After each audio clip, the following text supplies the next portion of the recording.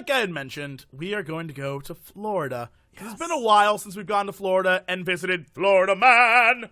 And the shitty tie into weather is that it's always sunny there. Florida Man offered salad in return for sex. Did he take it? No, he's the one who offered the salad. Not someone offered him salad. No. All right. Alonzo Liverman, which is an amazing name. Alonzo Liverman. Short on cash, the 29-year-old Florida man allegedly offered to provide a salad to a prostitute in exchange for oral sex. Can you imagine all the amazing things he's probably like, damn girl, I got that dressing for your salad. Like the things this guy was saying, I imagine were hilarious. Oh man. Or he was just a Florida man. It was like, yo, I got salad, you wanna do it? Here's the best part. He was arrested Monday morning during a reverse sting that netted 9 other men for soliciting a prostitute. The hookers in question were actually undercover Daytona Beach Police Department officers. Oh. While negotiating with the liaison, Liverman, who was operating a bicycle, he just rode up on a bicycle with a salad. It was like, hey, girl. Florida my God. This is amazing. Wait. So he rolls up on this bicycle, and he reveals to the prostitute, a.k.a. police officer, that he has no money. And so the police officer says, well, I'm hungry. Do you have any food? And he says, I got a salad. And then he offers the salad to her for sex. Yep. That is amazing. That's an amazing story. That is an amazing story. That guy, he knew. Look, this lady, she's hard up on food. Maybe I can get a BJ for a salad. So that's all he wanted. That's all he wanted? Really? He wasn't there for the prostitution. He was there to give a woman on the street a salad. Help her get her veg on. Yep. And all he wanted was a little pinch and squeal. Yeah. Little poke and tickle. There's nothing wrong with that. If anything, he was doing a service. That money could have been used for drugs. He brought her food instead. That's helping a woman on the street out. It doesn't matter. It doesn't matter if she's a cop. Doing what the government isn't doing, feeding the needy. Exactly. Yep. Go Florida man. He's doing it. We have another amazing story. Florida man drives naked, masturbates in an attempt to entice trucker. How do you do that? Corey Evans, a 20-year-old from Boca Raton, Florida, was arrested in April by Florida Highway Patrol troopers. They received a call at about 12:49 a.m. reporting that Evans was masturbating while driving down Interstate 95. What did I tell you guys? The capital of masturbation in public, Florida. Yep. The caller, who called in to the police, was a semi-truck driver, said that Evan was completely naked behind the wheel. It seemed to be matching the speed of the rig. The semi-truck driver told police Evans seemed to be enticing him. What? He was in charge with indecent exposure. Might have just been, forgot to zip it up from peeing. And last April, former vice mayor of a Tennessee town was accused of masturbating with his penis out the car window whilst driving 90 miles an hour. What? How do you even do that? How is that possible? Either that guy is the best driver ever, or he has a giant penis. Because imagine how would you maneuver? How would you do that in the car? I have no idea. You'd have to, how do you do that? I don't know. He must use. Maybe he's really flexible. Maybe he has a driver, and he was like, James, drive the car at 90 miles per hour whilst I masturbate out this window. Yes, sir. And he just starts driving, and then he rolls down the window, and he's just jerking out the back seat while his driver's like, here we go again, sir. Yep. Cheeseburger in paradise. Oh my God. Cheeseburger in paradise. Speaking of which, Florida man hits pregnant woman with cheeseburger. Why? Man, why would that happen? Well, a man was arrested after hitting a pregnant family member with a cheeseburger and then shoving her. According to the arrest reports, the victim told sheriff's deputies that Taylor Allen Stevens of Crestview hit her in the face with a cheeseburger during an argument and then shoved her to the floor. How do you get so mad at someone that you whack them with the food? I don't know. You just get so angry, you hit them with food. Like, I'm done. Cheeseburger. Cheeseburger. Cheeseburger of vengeance. I wish she called her shot. She, like, yelled out, cheeseburger, and just whacked her with it. There's also this Florida man who used a welder to try and remove his tattoos. Or wait, he's a welder, and he used a grinder to remove tattoos. What? So basically, he was going to grind down the tattoo, and so he just burnt off his skin? Yes. Well, that's stupid. That man's stupid. He is stupid. And then there's paramedics find squirrel parts in Florida man's butt. After he shoots himself with a shotgun. What? Wait, what? Yep. Why were they looking up his butt? I mean, he shot himself with a shotgun. That doesn't mean, like, all right, look up his ass. Department of Emergency Medicine, University of Florida. Gunshot wound contamination with squirrel tissue. What? Did he try to shoot a squirrel off of him or something? And then it ended up his butt? Wound on posterior buttock. It wasn't up his butt. It was, like, shot up into his butt. Wait, so a squirrel was, like, on his ass and he tried to shoot the squirrel off? This is like an actual medical report. I can't read this. This doesn't make any sense. The patient underwent 6 days of bed rest with a wound vacuum system in place before taking to the operating room for possible closure. The wound exhibited dusky edges further into the hospital stay. Also required removing birdshot pellets and more pieces of squirrel tissue and fur. He shot himself in the ass trying to kill a squirrel. He did. Only Florida man would be so dumb. Oh no, Squirrely! Oh Squirrely! No! Florida man killed Squirrely. Squirrely was just trying to get the news. Oh no! Oh no! It's not Florida man and Squirrely. Now it's just like Florida man and Squirrely. Who's dead?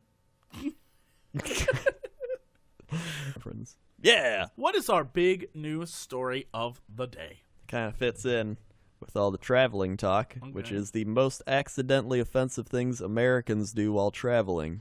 Jesus. I learned one a long time ago, and I think I brought this up before. Eskimo is racially offensive. Oh, yeah, I heard that. I was yelled at one time in Canada because I said Eskimo, and they were like, it's Inuit. And I was like, how was I supposed to know the difference? Yeah. Like, are you supposed to research it or something? Yeah. Like am I supposed to know these things? Am I supposed to be culturally sensitive to your needs? Crazy. Yeah, like, come to America where we'll just offend you right when you get here as a visitor. You land, it's like, welcome, Eskimo.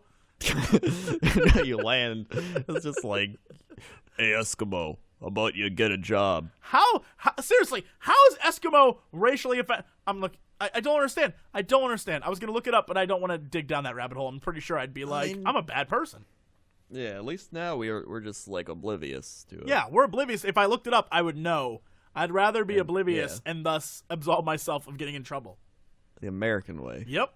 So do tell me, what are some of the things we do? Here's what Yahoo says. When traveling abroad, the last thing we Americans want to do is offend the locals. Unfortunately, too many of us think that's an easy trap to avoid. As long as you are polite, say please and thank you, don't tell ethnic jokes about the local population, don't act rude or all ugly American-like, and don't walk around in an FBI t-shirt. You'll be okay, right? Unfortunately, it's not that simple. Can I point out that we don't even get that far. Every time I've been overseas, I try to act like, very locally down to earth, but everyone I know It's just like, yay, what's going on over there? Nothing, just trying to get through a bunch of Frenchies. Yeah, F this place. It's like, listen, once you meet Thomas, you lose all hope. Yeah. For the rest of the population. I like how there's an article about us being good overseas. How about everyone else being good? Where's the articles about everyone else not being freaking insane? Yeah. Yeah, every time you deal with foreigners, try going to LAX and go into the foreign arrivals area and just try to drive through there, and you will be like, I want to murder everyone on planet Earth.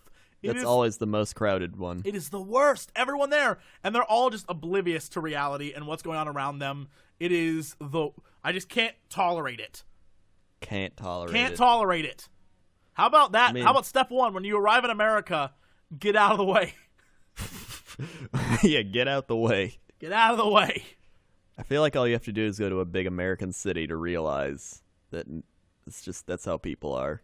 Unfortunately, it's not that simple, as you might have known. One downside of international travel is that it is shockingly easy for Americans to accidentally offend locals in a foreign country. But at worst, it could lead to some nasty confrontations if you do not seem to realize what you're doing. Okay.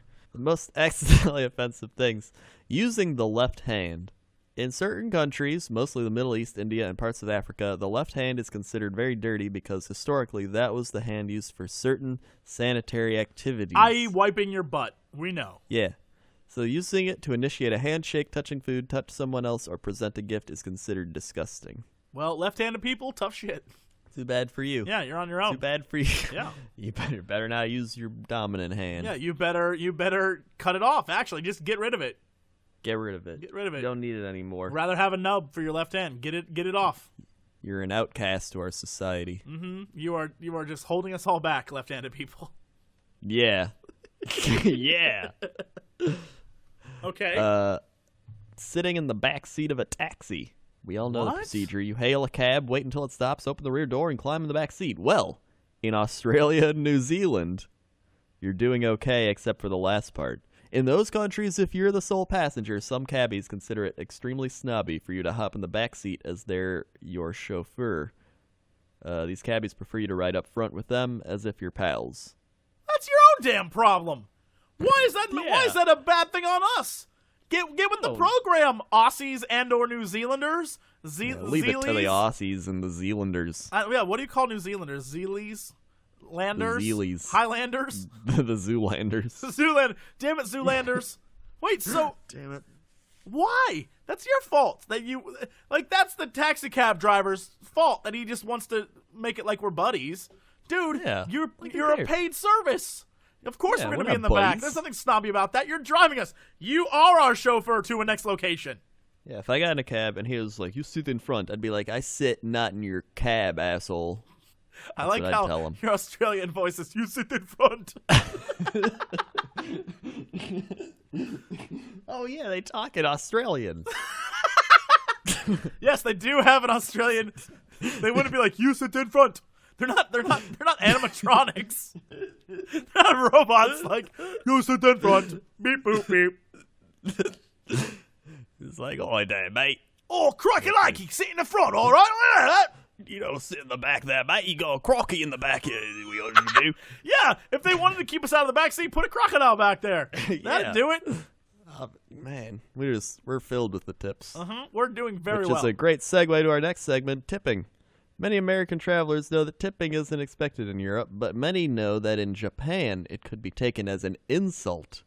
Before you go to any country, it is good to practice to look up their tipping custom. What? So giving people money in Japan's an insult? I guess so. They don't even talk about it. They just say that. They don't go into detail. Well, first off, that's great. I don't want to give extra money to people. But second off, I feel like now that I know that, I want to give people money when I'm in Japan. If it's like part of their culture that like accepting free money is an insult to their family, I want to just give money to people all. I want to be like, I have insulted your family and now you owe me a blood debt. I just picture like someone just throwing money in the street, like money, money, and everyone's just like, get away. they all walk around the pile of money. Like, No way. I want to. That's what I want. I want to give tips to people. I want to go to a maid cafe and give like the women there tips and be like, "You now are mine." Like, you'll bring dishonor to my family. That's right, I have. You must work in my sex mines to not be dishonored. Wait, the sex mines? The sex mines, the sex mines. Yeah, down underground in the sex mine with the ore. Let's picture a bunch of like people like chained up, but like in like sexual outfits, just mining for coal. Mm-hmm. And the sex mines. In the sex mines. All right, we're moving on. Here's the thing: I'm pretty sure that's some Japanese like hentai already. Like, I guarantee is. there's an animation of girls working in a sex mine. How come every time we talk about Japan, it immediately goes to some weird kinky sex thing? It's because that's half of Japan. Oh God, It's Japan! impossible to not talk about it. It is true. It's impossible. Is putting your hand in your pocket. That's considered disrespectful in Turkey. What? Of all the things? Oh, maybe because there's like a trust issue. Maybe they think you got like a knife, maybe. like a knife in there. I don't know what goes on in Turkey. It could be some jive turkey in there. You don't know. You don't know. Some delicious jive turkey. Oh, jerk turkey. Jerky turkey. Literally anything Caribbean jerk is delicious. Fact. Caribbean jerk anything is the best. It's true. That's spicy. Mm-hmm. Number 2. Wait, what? Not number the number two? number 2.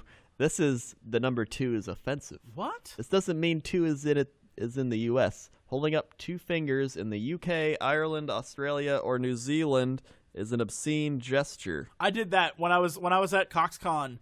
I did that to someone at the event, and I was like, I don't remember in what scenario it was, but I did that. And they're like, no, turn it around. Don't do that. Turn it around because you're basically giving us the middle finger. I was like, no, I'm giving you 2 fingers. And they're like, no, it's like, I was like, no, this is the middle finger. And I kept flipping everybody off. I was like, this is just, maybe it's V for victory or a peace sign. They're like, nope, that you're definitely insulting all of us. I was like, no. I just kept doing it.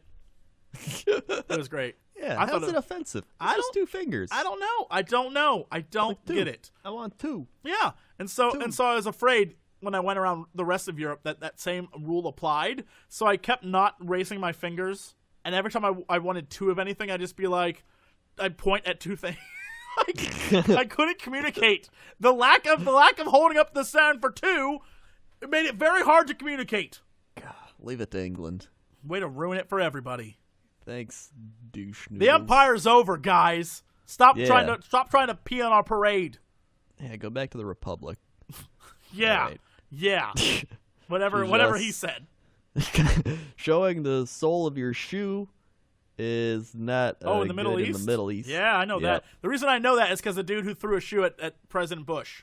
Oh yeah, that's where I remember that from. Also, no, actually, I remember it from earlier because when they toppled Saddam in Iraq, dudes were like out in the street stepping on pictures of him, and I was like, what the hell's going on? It turns out it's offensive to do that, so they were like showing their protest by stepping on him.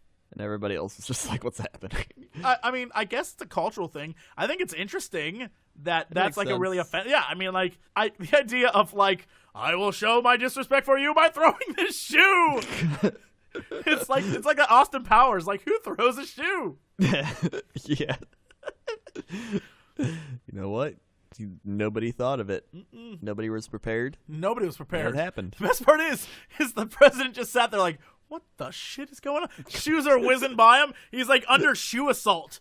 And he's just like, I don't even know what's happening. They dodged him. He did. It was very Matrixy. Back in my football skills days. He's like, oh yeah, all right, cool. I'm gonna go. I don't remember what George Bush sounded like. All I remember is that he was from Texas and he did drugs at one point. Yeah, I remember that too. He's like, I did cocaine, man. All right. Okay, what else do we learn? Crossing your fingers in Vietnam. Don't be surprised people are staring at you. The crossing fingers is considered vulgar. It is said to resemble a certain female body part. What? I don't even I'm looking know. at my fingers. Cross your fingers. I'm doing it. What female body part does this look like to you? I don't know. But I mean, in Vietnam, where... What is this supposed to look like? I don't... like, it looks like my fingers crossed. All right, it's definitely not boobs. Definitely not. And it's definitely not butt. No. It could be the vajayjay, but unless you got a Venus flytrap vagina, I don't know what the hell they're talking about. I don't know. Especially in Vietnam, where, like, there's just, like, strip club places all over and everything where they don't care. Is that what you know about Vietnam? Is that literally the only thing you know? Oh, I don't know. I don't even know that. I just heard it on TV. Sure. I'm just saying. Touching someone's head. I'm just staring at my fingers still, and I can't figure it out. Well, maybe this will help you because we're going to talk about Buddhists. Oh, good. It'll give you some clarity. Touching someone's head. It's almost instinctive. You see a cute kid and you pat him or her on the head. No. But that's no, I don't either. No, I would never do that's that. Dumb. Kids have lice. Ew. No, gross. But that's a big no-no in cultures with high Buddhist populations such as Sri Lanka, Thailand, and China. Buddhists consider the head sacred. It's where they believe the spirit lives. Okay, so, I mean, don't touch people on the head. Good. Yeah. I don't know what kind of asshole's going around to every country like, oh, I'm touching his head. Mama, take a photo of me touching this boy's head. Oh, I'm touching his head. That's some space issues. You need to some calm weird down, stuff. man. You need to stop touching people. Yeah. I'm touching his head, though. Here's a list of places where the thumbs up is said to have bad meanings. West Africa, South America, Iran, Sardinia, Israel, Thailand, Afghanistan, Italy, and Greece. So don't give the thumbs up there. Why? Is it because of, all I know is the thumbs up in Roman Colosseums was bad. That was the go ahead to kill people, I think. Yeah. It probably just carried over from that. I don't know. I don't know why it would be in South America except for aliens. It's the aliens. It's the aliens. The aliens because they had no thumbs. Whoa. We just blew this shit wide open. They don't have a thumb because their brain is so much more powerful. Yeah, they don't need tools. They can use their mind to move stuff. So they only have 4 fingers, and that's why the thumbs up, that's an insult to the alien master race. Oh my god! We figured it out. We figured it out. Wow. We deserve our own show on the History Channel now. We really do. We really do. Or any other station. Yeah, we'll take any TV show. Really, any show. I mean, I'm going to say that's A-OK, because finally, the A-OK sign. In the United States, it means A-OK. In Brazil and Germany, it means a-hole. Wait, hold on. So doing like A-OK. First off, no one has done that sign since like 1942. No one's been like, man, that's A-OK. Man, that's A-OK. No one has done that symbol. And I guess I can understand how it looks like a butthole, but again, all it is a circle. Yeah. So unless you're like, hey, look at this nice butthole. Like, I don't get it. But you know what? I'm not going to question it. It's your own culture. Yeah, I agree. Although, I believe it's all up to you to decide about a-holes. Do you like them? Are they fun? What's offensive in American culture? What do we not like? I don't know that I know an answer to that. I don't either. Oh, pretty much. You know what we don't like? Close talkers. What? Don't come talk to us close. Oh yeah. If you're from another country, don't get up on our face to talk to us. Oh, also, buy deodorant. Buy deodorant. If you're coming to America, I don't care what goes on in your country. Bring a speed stick. All you got to do is go to Walmart to learn about that. Yeah, that's true. We have a problem with that in this country already. Yep. I would say, what else? Oh, wait, hold on. Whoa. Why don't you, in the comments on SoundCloud or on Tweetster or whatever, leave us things that Americans that are good for, like when you come to America, things you should be aware of. Yeah. Yeah. Oh, that's a good idea. That's called community interaction is what that is. It's called community interaction that carries over into more topics for us to talk about so we don't have to work as hard. Wow. We just rocked it. Boom. That's what happens when you pay us money. Suddenly we start thinking up new ideas. Yep, that's what it's all about. That's what it's all. That's what it's all about. It's a sport still. Okay, then let's move on to our big news story of the day. Okay. I got two. Which one do you want? Give me the headlines. Go. We got Mangli Munda, 18, marries dog to ward off curse. And we got That's pretty good. That's pretty good. Mexican woman Leandra Becerra Lumbreras becomes world's oldest person. Let's go with the woman who married a dog. Mangli Munda. I'm sorry, what's her name? Mangli Munda. Mangli? Mangli Munda. Like man-glee.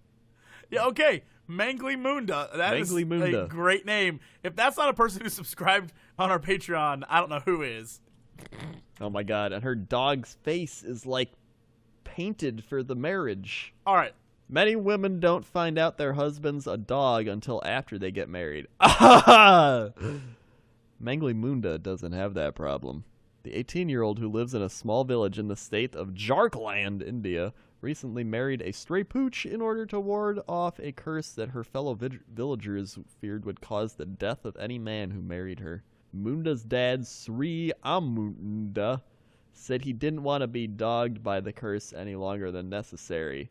God, can you stop with the puns, article? The village elder told us that we should organize the wedding as soon as we can, he told Barcroft TV. We had to make sure that the evil spell is destroyed. Amunda found a stray pooch named Shiru and made him the groom in a traditional and elaborate Hindu wedding, even driving him to the ceremony in a chauffeured limousine. Munda is honest about her feelings about the whole thing. I am not happy with this marriage, she said, according to the Metro. You don't say. There's good news. The dog wedding is only ceremonial. Since it's not legally binding, Munda will be free to marry a human male who, hopefully, won't cat around on her. Who wrote that article? Who wrote that? Did that person have a Twitter so we can all shame that person? That's written by David Moy. David Moye. M-O-Y-E. David You are having Moy. too much fun with the news, my friend. He is. You need to cut it out. The news is about facts, not about cat jokes and dog jokes. Here's the thing, though. Here's the thing. I don't know too much about Indian religion, but I know in most Western cultures, marriage is only biblically official after doing it. Whoa. I'm not sure that's true at all, but I'm going to say, for the sake of this argument, does she have to do that dog? I mean, you got a valid point there. It's like That's all Game I'm of asking. Thrones. What? I mean, where they got like, they get married and then they're like, go to the bed. Oh, I thought I missed an episode where someone banged a dog. I was like, what is happening on that show? On this episode, Tyrion Bangs a decides dog. to experiment.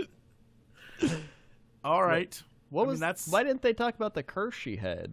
That's a good question. That's a very good question. What was the curse on her? Yeah, and who put it on her? This article was horrible. It's a horrible article. Who put the curse on the dog? We need to find this. Okay. Who put the curse And here's another thing. on the dog girl? Put the curse on the dog girl. Apparently, Pirates of the Caribbean ride did. The Pirates of the Caribbean ride? I don't. That's what came up when I put in who put the curse on the dog girl. It's always the Pirates of the Caribbean ride. They'll just put curses on you. You gotta marry dogs. Oh God! Who put the curse on the dog girl? Dog girl curse India. Girl 18 marries. Okay, this is a Metro UK article. Curse. Well, this has some quotes too. Oh my God, they have puns. In the barking mad ceremony. Screw you. Write a real news article, Metro UK. Oh, this one has pictures. Everything was carried out in proper form for a formal Hindu wedding, with Shen Nu sitting patiently at the side of his new bride throughout, although it was not legally binding, allowing Mangli to find a suitable partner. She said, yes, I will marry a man one day. Every girl dreams of marrying a prince. This article says, a teen girl in India was forced to marry a stray dog to pass along a curse to the animal, according to reports. Whoa! The only way she could get rid of it was not to destroy the curse, but in fact pass the evil spell along to the pooch. So basically, she just gave a dog a curse. Wow! So in order to save herself, she cursed the dog. A stray dog at that. His name was Shiru. They don't even know that dog. How'd they find it? How did they know his name? That poor dog. That dog did nothing to know, but he doesn't even have a home. Yeah. That was a stray street dog. And they painted him up, and they married him off to a girl he doesn't even know. Yeah. She can be mean. She is mean. She gave him a curse. In his mind, he was like, all right, I'm going to get married. My life's going to improve. This is going to be great. She gave him a curse. In fact, they say villagers have done this to many girls to get rid of evil spirits. So there's a bunch of cursed dogs running around in India. Here's the thing. Are they going to, follow this dog around to see if the curse does affect him? You know what? I'm more interested in the dog now. I know. The girl. Is the dog really cursed now? Whoa. Okay, this should be either a book or a movie. The Cursed Dog. It's about a dog who marries a woman, but she betrays him, passing on her curse. The dog is now cursed. He has to go out into the world and fend for himself. But he can't find love. And every dog girl that he meets dies. That's the curse. Oh my God. Then, you ready for this? Yes.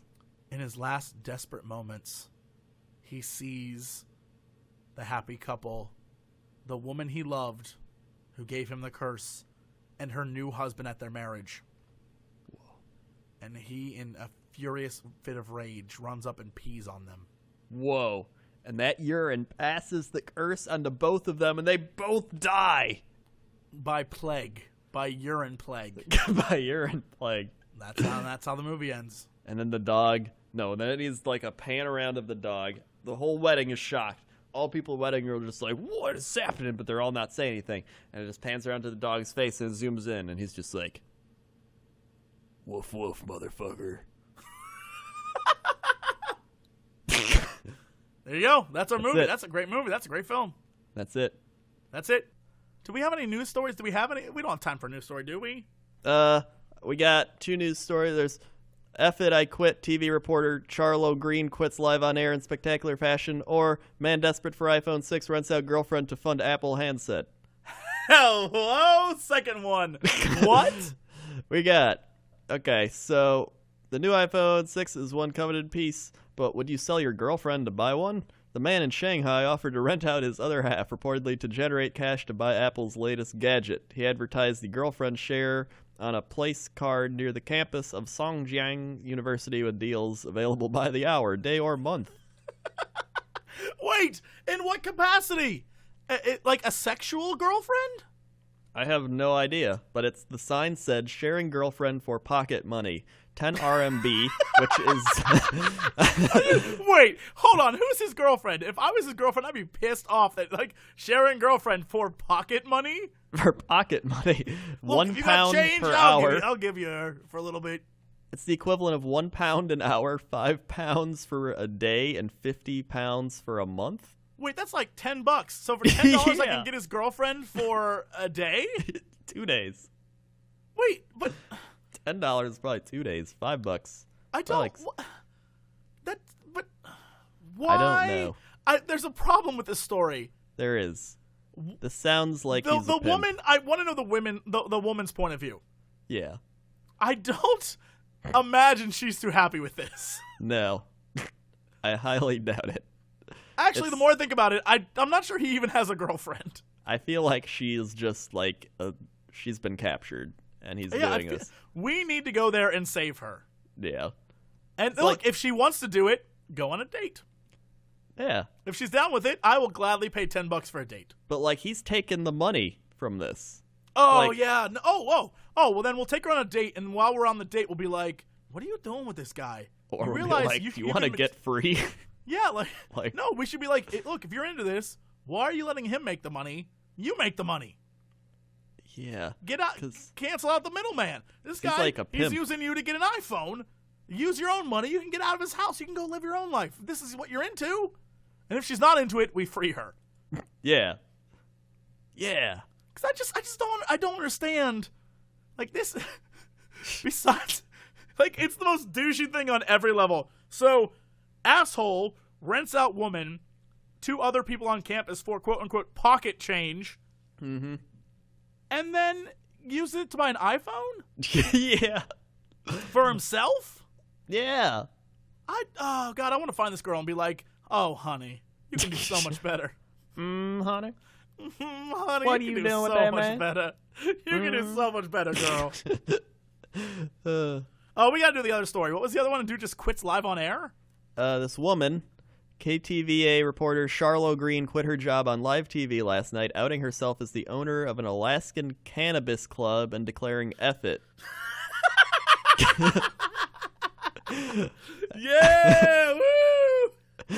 In a jaw-dropping twist to the end of a segment she was presenting, she said, "Now everything you heard is why I, the actual owner of the Alaska Cannabis Club, will be dedicating all of my energy towards fighting for freedom and fairness, which begins with the legalizing of marijuana here in Alaska. And as for this job, well, that I have a choice, but F it, I quit." Do we have a picture of this woman? Yes. We have the... Oh, my God. I need to see this slinky little photo. thing. Are you kidding me? That... I love her. Love at first sight. She wants her cannabis. Dude, she's gorgeous. I'm in. I'm in. I know. You're in. Daddy like. You found another future ex-wife. Future ex-wife, the leader of the Alaskan Canada. Look, she's from Alaska. Her standards are very low. Very low up there, eh? And there's so few people in Alaska that the person running the news segment is also the person who runs the cannabis club. There's so few people to hold positions. They're like, do you sell drugs? Yeah, okay, you can be on the news. We won't even test you or anything. Yeah, no. What are you going to do? Yeah, what are you going to do? Quit on air?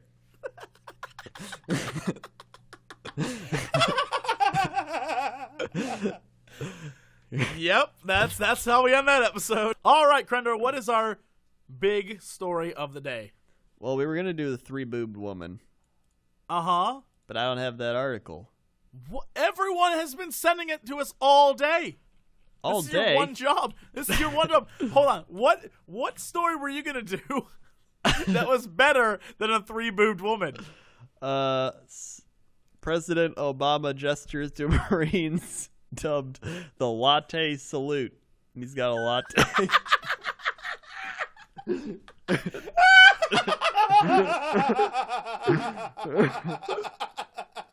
The latte salute. Oh my God. Wait, what? So some are calling it the latte salute. President Obama stepped off Marine One at the Wall Street landing zone in New York City, and he saluted two Marines as he held a coffee cup in his hand. Video has drawn ridicule from some Instagram users who saw the unorthodox salute as unpresidential. "Hopefully it was just a slip by the president," one user posted. Others saw unnecessary nitpicking and criticism. "People are dying from disease, abuse, or even hunger," another user commented on the video. "Priorities." That's good, but it's not three-boob good. We got a recent article here about three-boob woman being a fake. What? Yep. Breaking news. Breaking news. Yes, Crendor? A three-boobed woman allegedly had three boobs. But according to this report on the TMZ, a three-boobed woman is a fake. What? Yep. The woman claiming to have three boobs is a fraud, a fake. And ironically, what exposed her lie is a crime someone committed against her. Jasmine Tridevil has been making the rounds, claiming she got plastic surgery to net her an additional boob. But we got a document from the Tampa Bay International Airport Police Department describing a baggage theft. According to the document, someone stole a bunch of luggage off an American Airlines conveyor belt, including a black nylon roller bag. Cops caught the thieves after IDing them with surveillance video. The black bag belonged to Tridevil, but before she got it back, it was inventoried by police as part of a crime against the crooks. Or a case against the crooks. Guess what was inside the bag? The boob. A three-breast prosthetic thing. By the way, she told cops the prosthetic was valued at $5,000. What? Yep. It's a fake boob. I don't believe this. It's a fake boob. I believe this less than I believe that a woman went out and got another boob added on. I know. TMZ, I challenge you to prove that. Yeah, I challenge you. I want real evidence. I fundamentally believe a woman in her right mind went out and had a third boob attached in between her other two boobs. Yeah. I believe that too. Cool Papa said shocking. Cool Papa was very invested in that. He was like, oh, no, my 3-boob girlfriend. Man, Cool Papa's not so happy anymore. Cool Papa is the only person who can handle a woman named Tri-Devil. Tri-Devil. Tri-Devil? What the hell kind of name is that? They call me Janice Tri-Devil. That has to be a changed name. But why would, out of all the names that you can make yourself into to be a badass, you chose Tri-Devil. Tri-Devil. You know what? She deserves to not have that third boob anymore. Yeah. I'm glad it got taken away by that thief knew. That thief was doing us all a favor. Mm-hmm. He exposed a lie. A 3-breasted lie. That's not what we need in our life. Or anyone's life. How would you motorboat 3 boobs? It's a valid point. You'd have to like go in a circle.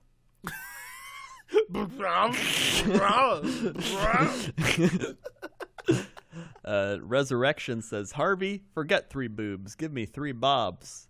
I don't know what that means. What?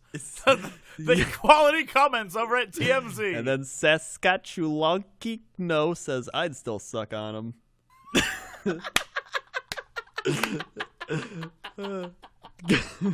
Okay, the woman who claims to have a third boob implanted on her body showed off the goods, but not nearly long enough for the TV anchor who was interviewing her. In a moment that will go down in journalism history, the TV guy asked Tri-Devil for a look at the third breast, and when she only flashed it for just a moment, the reporter asked, can you hold it up a little longer so we can get a better shot of it? She refused. That's because it was fake. Because it was fake. No, she doesn't. I was about to say, what kind of woman with 3 boobs doesn't want to show off her 3 boobs unless they're fake? Yep, fake. Can't fool the internet. TMZ nailed it. TMZ nailed it. Can't fool the internet. Nailed it. Yep. That old man on TV I see all the time who's like, tell me something good. Who's always drinking a soda. Yep. That guy, I don't know his name. Jonathan TMZ. Jonathan Timms. Jonathan Timms of the Tim's Fortune. Mm-hmm. Yeah, that's great. Well, we learned that the internet jumped the gun today. They were telling me there was 3 boobed womans out there. There were not. There were not. 'Twas a lie. 'Twas a lie. You know what you should do to fix that? What exactly? Go see The Maze Runner. It'll make your mind better. That will fix nothing. You'll be like, I don't know what is happening. Oh, God. That's it, guys. That's the show.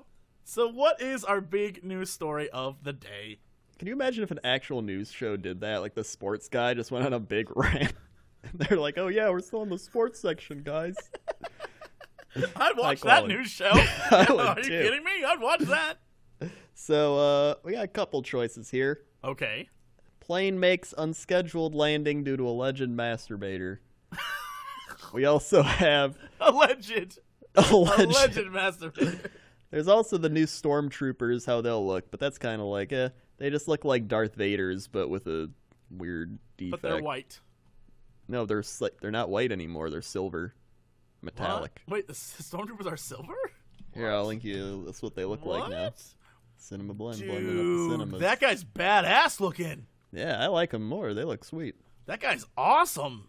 But again, why are there stormtroopers? That doesn't make any sense. I don't know. That doesn't make any... Look, it's been 40 years since the Empire was defeated. Why are there still stormtroopers around? It can't be any worse than the previous 3 movies. It doesn't make sense, Crendor. It doesn't make sense. Why it's been 40 years since the fall of the Empire. There could have been guys like, I'm going to bring it back. But the Jedi would have kicked their ass. All I'm saying is, it don't make sense. Don't make me get out my PowerPoint presentation and fight you over a pool of lava, because I will. I will do it. You will do it. Don't deny it. It will happen. They'll explain it. I'm sure they'll explain it. Oh, I'm sure they will. I don't know if I like the answer. Yeah. And then there's also the world's hottest mugshot. Angela Coates speaks about being the female Jeremy Meeks. I saw that. I find that debatable. I also found male hottest mugshot debatable as well. Just because they look like they just came from a night out and they were all gussied up when they got arrested, that doesn't mean they're hot. It just means that they happen to look very good at that moment. I know. Debatable. That's very debatable. I think I would take a fabulous mugshot. I think you would too. Thank you. You just take very, very swag mugshot. Oh, I'd pop my collar like, what up? She also had some tweets. She said, please take advantage of their authority each and every day, and people assume that since I am attractive that my life is perfect. Well, it's not. I was wrongfully arrested by an officer who abused his authority. I designed shoes. My best friend was my dog who got killed. I love Disney World, and I am very family-oriented. I put my pants on just like you, but since I'm beautiful, I'm just a horrible person. Okay, young world. Well, first off, agreed. As a beautiful human being, you're automatically horrible. If I can extrapolate, do extrapolate. What she said was, "Don't hate me because I'm beautiful," and if anything, that's why I get to hate you. That's true. That's as someone who is beautiful, that's why I get to hate you. I mean, it's hobgoblin law. Come on, that's hobgoblin. That's how it works. Hashtag hobgoblin law. Oh, I'm so beautiful. I can't help that my life is so hard. You know what? You got beauty on your side, lady. Imagine that life, but ugly. and then tell me how hard it is. Oh, my life's so hard, and then I'm beautiful. Be ugly, then imagine what it's like. That's all I'm saying. That's all I'm saying is, next time a beautiful person says to you, "Oh, my life's so hard, you don't know," be like, try being ugly. Yeah, take your problems and then compound it with the fact that you are ugly. Yeah, try being Doug Adams, who's 26 and removed from the Virgin Airlines flight when he was allegedly masturbating. Doug Adams is so ugly, he has to beat it on a Virgin flight. And later tried to open an exit door. You know why? Because he was so embarrassed, he'd rather jump out of a plane. Apparently, Los Angeles-based filmmakers Sam Slater and Paul Vernon, who were sitting in the row in front of Adams, told CBS LA the suspect kept mumbling about not trying to be violent and how he didn't want to be a violent person. We're sitting in the front row and we're both a little concerned and watching what's happening, he said. Vernon said the situation... Whoa, pause. What? Front row means first class. Yes. So he's a row behind, which means usually... there's probably like 2 or 3 rows of first class, right? Yeah. Dude's in first class. He's in first class. So I'm going to go on a limb and say, let the man masturbate. He paid a ton of money. Well, dude, look, first class tickets are expensive. He paid a ton of money for that flight. Let the man beat it. That's all I'm saying. It's probably from Florida. I mean, look, he was from Florida. That's he knows what's up. He's like, national anthem. This seat was $3,000. Let me beat it. I'm gonna be in the air for a few hours. I'll probably watch a movie or two. Who knows what's in that movie? It could be Gwyneth Paltrow. Could be Leonardo DiCaprio snorting coke off hookers. Yeah, he could be watching that movie in the air. Yeah. By the way, I've seen a few movies on planes that have weird sex scenes, and you're just like sitting next to a stranger, and you're like, this is awkward. Yeah, it's like I'll sit here and like, yes, this is a human thing that happens. Yes, you sort of just hope the guy's asleep next to you, and you're like, ooh, this is weird. Or they're just like, oh yeah, I've seen that too. I'm on his side.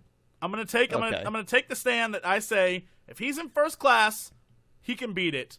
That's a lot of money. If you pay a lot of money, you should be able to do whatever you want. That's just the rules.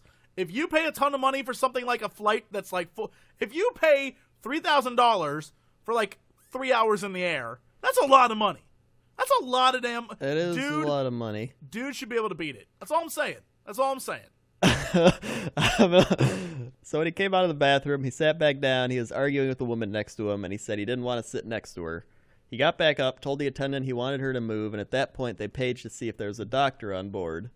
Doctor took his blood pressure, and the flight crew cleared a row in the back of the plane and isolated him from everyone else. At that point, he was fidgeting and began to remove the plastic covering from the emergency exit door and tried to pull open the door. Fortunately, there were a couple of Boston police officers on the flight that were there to help as well, and that's where we realized that we weren't going to make it to Los Angeles, and we had to land in Omaha. He wanted the steaks. He wanted the steaks. Look, the man beat off, and then he wanted meat. There's nothing. That's primal urges. There's nothing wrong with that. They even gave him. He paid so much money. They even gave him his own row to do it. All I'm saying is, this seems like miscommunication. I feel like the people telling the story have it wrong. The way I see it, this man paid so much money, and he wanted to beat it in private. And this woman was not having any of it, which is in her own right. She shouldn't have to sit there and watch some weirdo beat it. But because he paid so much money, they said, you know what? Let's give him his own row. And then they went to the back and they gave him his own row. And the guy was doing just fine. And then, he just wanted to get some fresh air and tried to open the door. And they were like, sir, you can't do that. And he's like, well, look, I'm hungry. And I'm a little spent, and I just need some food. And they're like, "Let's land in Omaha."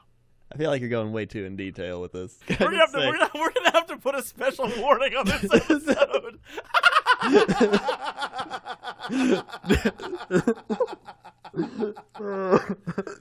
Yeah. Yep. Yeah. We are definitely doing this podcast late at night right now. Can I say at the bottom of this article is some other people that have done similar things. And there's a man. What's gonna happen? Read his shirt. I'm out of my mind. Please leave a message. Now, I'm gonna ask you to think, what has this guy done?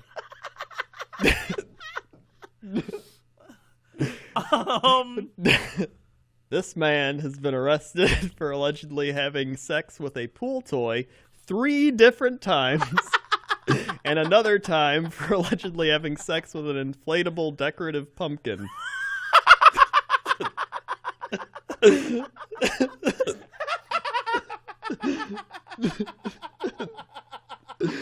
Yep. It just makes it better when you just see his face in that shirt. He's in his own world. He's in his own crazy person world. He's out of his mind. Why? Why an inflatable pumpkin? I don't know. There's a story there, and I'm not sure I want to know it. I don't think I want to know it either. I don't think I want to know that story. All right, Crendor, what is our big news story of the day? Hold on. First, here's all the stories I found. I don't want to pass up the ones I already got. So we got bodybuilding Christian swingers from Florida start spouse swapping website. What? Yeah. Okay, all right. We got drunk moose terrorizing Sweden, probably not even drunk. All right, let's go to the moose one. We really believed in you, drunk moose. Year after year, the American media is bombarded with tales of moose throughout Sweden becoming hilariously intoxicated from eating the apples that have fallen on the ground and become rotten and fermented. These antlered creatures have been known to get tangled in swing sets, stuck in trees, and become generally fearless. But moose can't use being drunk as an excuse anymore because Professor Peter Kjallander, expert on wild animals at Swedish University of Agricultural Sciences, told Swedish Radio Science News that moose, which typically weigh between 450 and 1,200 pounds, are just way too big to actually get drunk on fermented apples. Damn. What? Way to rain on our parade, man. Yeah, way to rain on the parade. I just want to watch some drunk moose. So what would it take to get a moose drunk? And can we make that happen?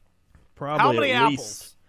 Probably at least five fermented vodka-covered apples. Thanks, Count Crendor. At least 5. 5 fermented apples. 3, 4, 5. 5. 5. Fermented apples. And, I don't know. Either way, let's go to the bodybuilding Christian swingers. Uh-huh. So, they're from Florida, as you might have guessed. They say, Love thy neighbor as yourself. Do unto others as you would have them do unto you. Do not covet thy neighbor's ass. These are ethical foundations of any good swinger's lifestyle. What? If you like Jesus pumping iron and getting pumped by acquaintances... What? Well, this is the Huffington Post, by the way. It's called Fitness Swingers, and it's the brainchild of Christy Parave and her husband, Dean, who dreamed up the site. Oh, no. We need to see what they look like. Oh, yeah. Hold on. How do you spell their name? Christy? It's Christy, Cristy, Parave, Parave. Oh, my God. Whoa. Oh, my God. Whoa. That's them with the other people they're with. The women in this photo look like better men than the men. They really do. The men, that one guy looks like he's Donald Trump. God almighty. These women are so buff. It's scary how buff they are. Like she could probably fight Vin Diesel. I can't figure out. God, this is horrible. There's a photo. All right. There is one photo of Christy with her she's naked, but you can see her back. That is a man. That is you've gone too far into muscles. You have gone Superman. You've gone That makes me feel bad about myself. Yeah. Her whole upper body looks like it could be Superman. Like if she wanted to apply to be Superman, I would be like, all right, you beat out like all these guys. Like she's got muscles upon muscles, which is okay, but even on guys, like it's too much. It's pretty crazy. Like it's one of those things where it's like over the top muscles, like competitor muscles. And then there's just pictures of them and their other couples, just like. I don't even. You know what? I'm done. I'm literally done. We gotta say a thing. He says, a Florida couple who met at the bodybuilding competition are interested in sharing their beliefs. They said, so far today, God hasn't told me, Dean, stop that. It's a sin. I don't want you to do that. Until he does that, I'm going to keep trying to help as many people as I can. What? But what does that mean? I want to help you by doing you. Praise Jesus. I don't know. I don't know. He said, God put people on earth to breed and enjoy each other. I feel God is always with me, and he has put me here for a reason. And then their daughter told the outlet that she thinks that helping run her parents' website is definitely, quote, different. Yeah, no, she's right. Yep. We know which one of them is not the insane one. Yep. The daughter definitely is the most sane in that family. I also would like to point out their philosophy. Shit, I could use that. Like I could use that philosophy. Be like, yeah, no, God says that you should sleep with me, and until he says otherwise, I guess we just should do it. Praise Jesus. It makes sense. Let me just throw that at you too. For Halloween, you can be the three-breasted woman. Jasmine Tri-Devil. That is a horrible costume. It's a horrible costume. Legitimately horrible costume. But so is the three-boobed woman's boobs. That is just horrible. Just horrible. All right. That's sports. All right, let's get on to our big news story of the day. All right, speaking of Florida, we're going back to Florida. So we got boy. We got some crazy. It's been a while. It's been a while since we've done Florida. Let's go back. Yes. So, all right. Are we getting a visit from Florida Man? We are. All right, let's do it. Here we go. This is just an arrest. Oh, here we go. New Hampshire man has Patriots helmet tattooed on head, moves to Florida, is soon arrested.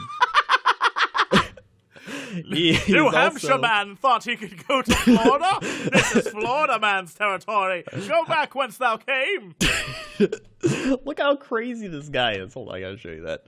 Look how crazy he is. His eyes are like bulging out of his head. And he's got the Patriots tattooed on the side, and then the Super Bowl trophy on the top. He's bald. Look at it.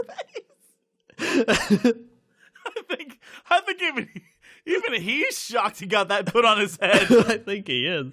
He's like, I can't believe I did that. Here's my question. What tattoo artist would have... You know what? Never mind. No tattoo artist did this. Look at the trophy on his head. It is so crooked.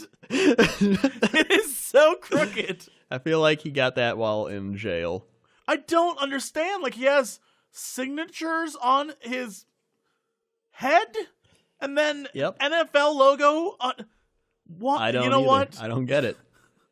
I don't get it. I don't get it either. That's so weird. The best part is, it's like is that his hair, or did he try to dye his head blue? Did the man try to dye his head blue? I mean, he's committed. He's committed to the Patriots. Well, the rest of his head has blue in it. So why is the rest not blue? The logo is blue, right? So he has a full. Oh my God! I just realized that he has the Patriot, or not the Patriot, but the helmet logo on the front of his head. What? Oh my God, he does. The team, not even like it's nothing to do with it. It's just that's what's on the front of a helmet, so that's what he put on the front of his head. That he belongs in Florida. I'm glad he moved from New Hampshire. That I'm willing to question whether he was actually from Florida from the beginning. I imagine he went to New Hampshire, but he was born in Florida. He screams of a Florida birth. He really does. I don't know what to use for the image for this episode. There's clearly precedent to use the old people because it's very funny looking. But this guy may win. This guy may win.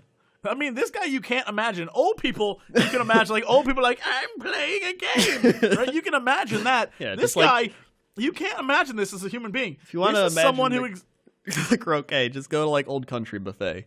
Yeah, just go watch old people swing sticks. That's pretty much what you're going to get. This guy tattooed a helmet on his head and then moved to Florida and what did he get arrested for? He was arrested for... Wait, oh yeah, did it say? Hold on, let me see here.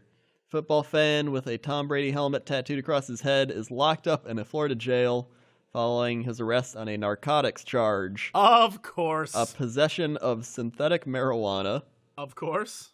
And when questioned by police, Thompson said that he purchased the Master Kush spice from a black male for $15 at a downtown park. I'm sorry, what was that called? Master Kush? Master Kush spice. Master Kush.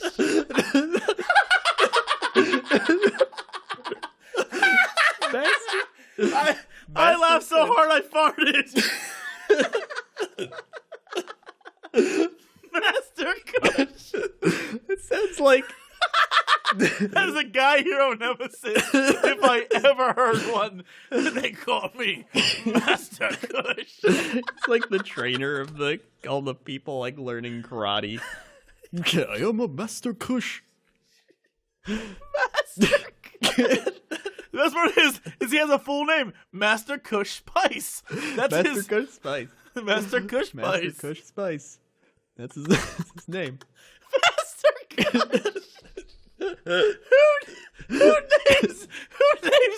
Who gives their drug a title? It's like, this is Master Kush. You know who does? Guy who thinks he's Tom Brady. That's who does. Master Kush.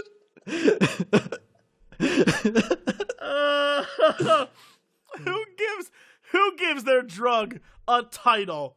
Seriously. Dwayne Wright in the comments says, what a shocker. People with tattoos on their head are usually such an upstanding member of society. Master Kush. Oh my God. Let's do one more Florida story. What else we got? Right. I don't know if anything can top that.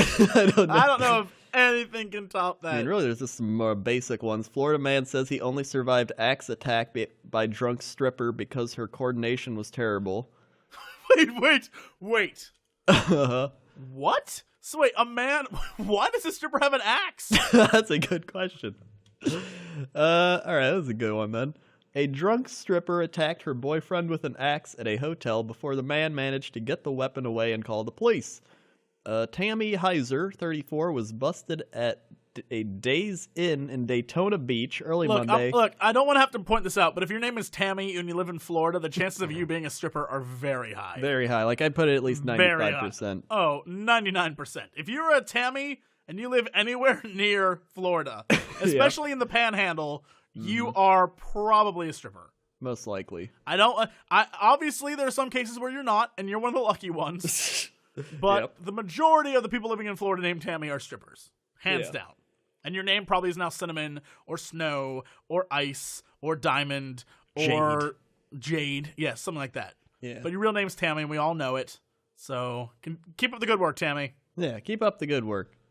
Let's see. She tried to hack Andrew Whitaker, 28, to death during a fight over her drinking. Don't tell me what to do. I'll drink if I want to. Where's my axe? I'll kill you.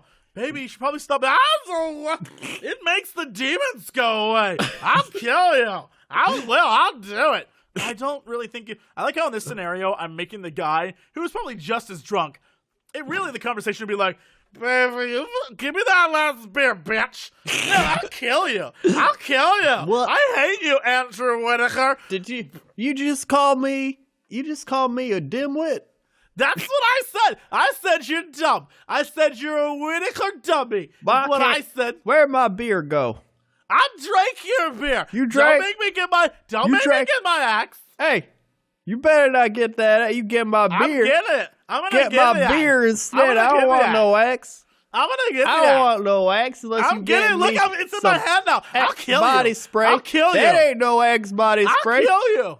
I'll kill you. Hey, don't touch me. Don't touch me. I'll do it. Don't do it. It's my beer. I drank it. Screw you. What? Whoa. Here I go. Whoa. I'm getting you. I'm getting you. I'm getting you. I'll teach you to attack me. You're attacking me 10 feet away. That's not even close. You're attacking my life. I hate you. You're hitting the wall. I hate you. You're attacking the wall with the axe. I hate you. I hate this motel. This is a shitty motel. We should have stayed at Motel I'm going to go buy some beer. Watch the Jaguars. Okay, bring me back some. I'm going to need to drink after watching them Jaguars. They're 0-6, you know what I'm saying? And scene. That's what happened. That's what happened. We cracked the case. We're like Sherlock, where we see it in our mind's eye. We know what happened. Actual Andrew Whitaker said she's an entertainer, a dancer, and that is where the problem is because she drinks and drinks at work. There it is. That's definitely the problem. Not the years before that caused her to become one. Yeah, that wasn't. That didn't do it. No, and definitely choosing a man who she gets so violent against, she has to wield an axe. Yeah, no, definitely everything is working out real great in that relationship. You two should stay together.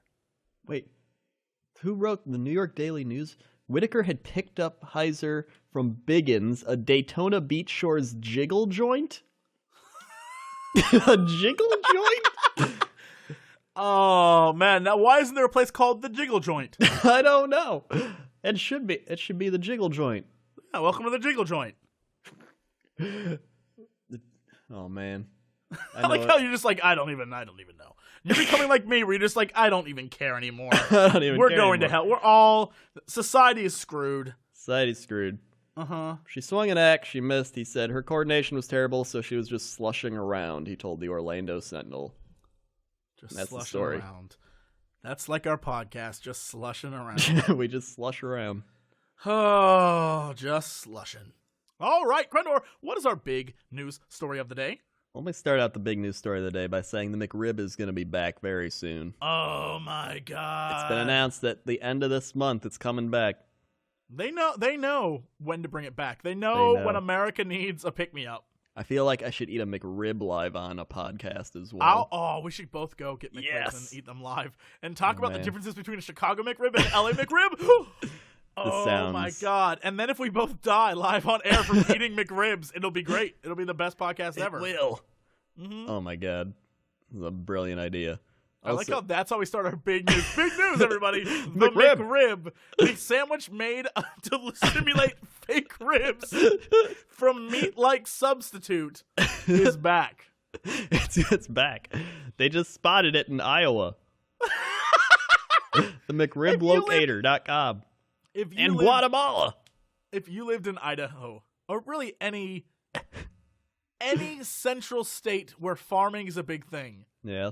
And you went to McDonald's rather than just go down the street and get a real piece of meat. Uh-huh. You're just lazy as shit. You are. You are legitimately the most lazy person who ever lived. Legitimately lazy. Mm-hmm. But I mean, it's McRib. I mean, it's like $3. And you got some fries. You get some fries and a drink. Oh, Crendor. I'm gonna put the fries on the McRib. Oh man. And the fries with that nasty. You're a madman. That nasty sauce. I'm gonna eat it all at once. Oh my god. Oh my god, Crendor. Speaking of which, back to working out. Oh yeah. Back to working out. Oh my god, I have a McDonald's story. Oh my god. Okay. What? Well, okay. I gotta tell you the McDonald's story. So one time, okay. It was 3 a.m. We went to McDonald's, and there was this lady in the parking lot blasting music out her car. And on her dashboard were all these pictures of families.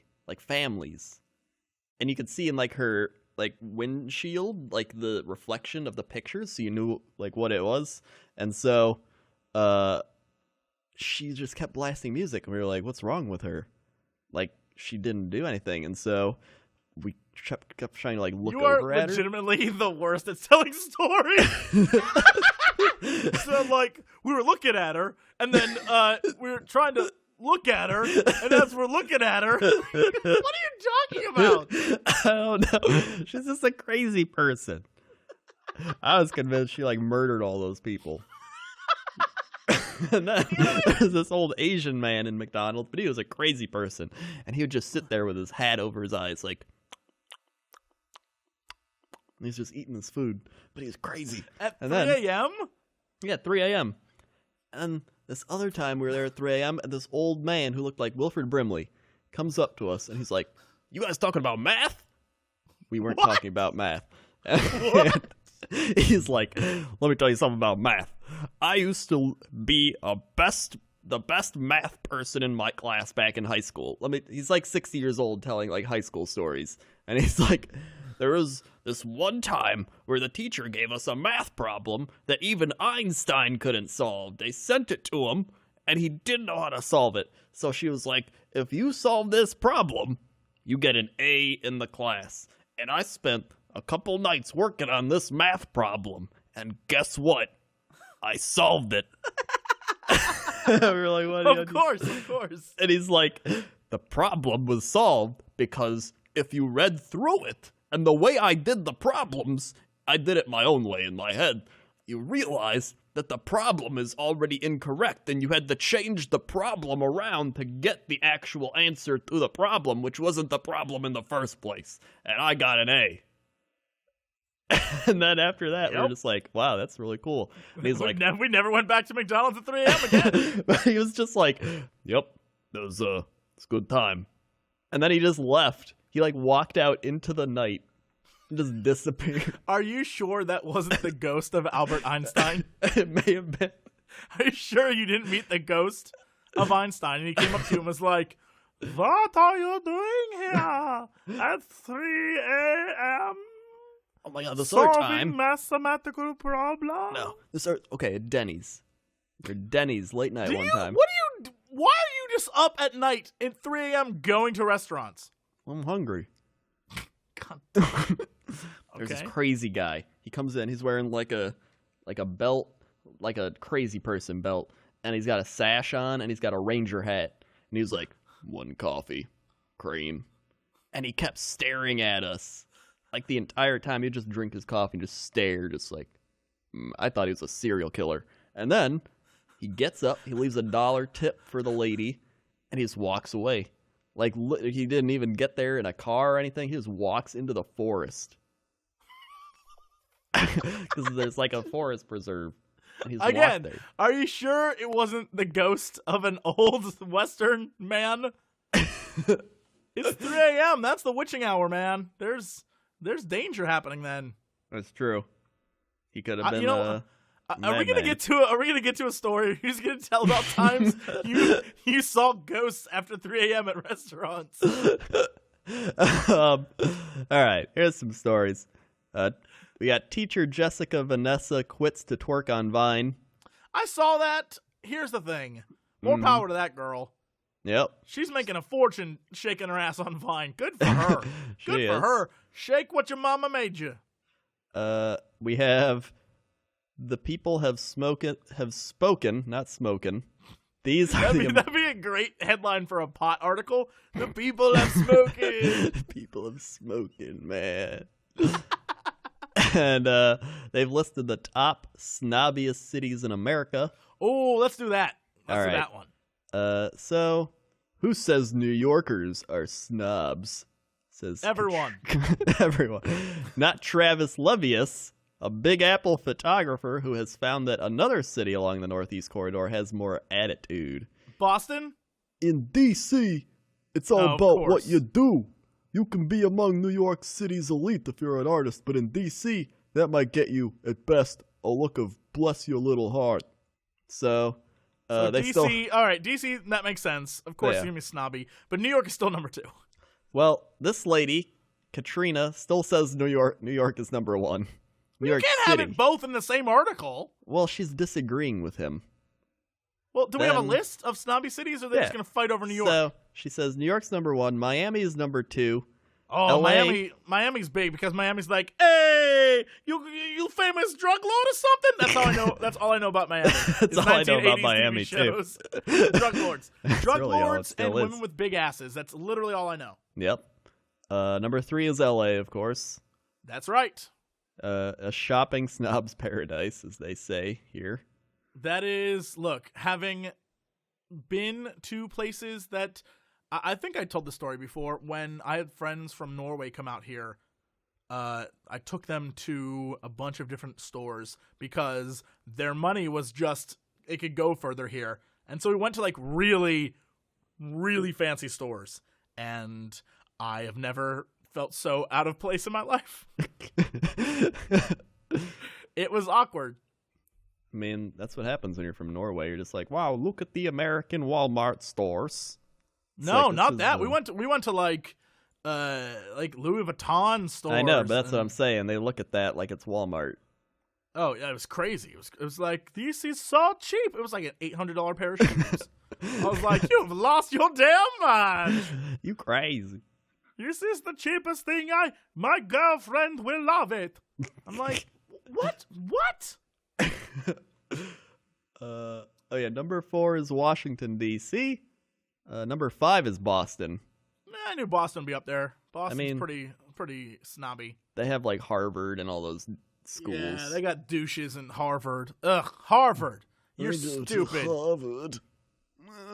I officially believe, and I will fundamentally go to the grave believing this, half the people at Harvard are idiots. I agree. The other half are probably very smart, but yeah. Half of them are just... They work their ass to get in there. And the other half are like, rich people. My father, Charles Excelsior III Esquire, owns 3 wings of Harvard, and so I was given the opportunity to attend. That's who it is. It doesn't make you smart. It just makes you rich. Which I guess it makes you smart. Shit, what the hell do I know? Yeah, what do you know? I'm not a millionaire. Clearly, I'm doing something wrong. Clearly, I'm not smart enough to be a millionaire. Number 6, Tampa Bay. Sure. Number 7 is Dallas. What? Dallas? I Dallas. mean, that's like Southern snobbery, though. Like, yeah. Texas really should be the number 1 snobbiest state. It should. Everyone in Texas is like, we're just better than everyone because we're from Texas. Don't mess with us. It's big down here. Whatever. We're Whatever, just Texas. our own country. Whatever. No one. Yeah. You know what? People stopped caring about Texas a long time ago. Yeah. Long time ago. No one cares anymore. The only reason why you're in the news is because you're the buffer with Mexico, and so we have to hear about you. You got barbecue. That's it. Oh, other states have barbecue. You're on your own, Texas. Yeah. Southern barbecue isn't a Texas thing anymore. I'm just gonna say it. Texas, be your own state. Go be your own thing. Yeah, go be your own. We're done. We're breaking up, Texas. We're done. You were too full of yourself. And all you want to do is talk about yourself. And every time we went on dates, all you did was talk about all the things you're going through. But you know what, Texas? The rest of us are doing stuff too. Yeah. Go to Harvard. We're going to get Canada. We're bringing Canada in. Yeah, Canada will be I our like new Canada. state. They have I hockey. like Canada. Yeah, Canada's great. We'll make all the different territories of Canada one state. I mean, that's enough people in it to be a state. Yeah, now it's big. Now it's bigger than you, Texas. How about that? Yeah, how about that? How about that? Number 8, San Francisco.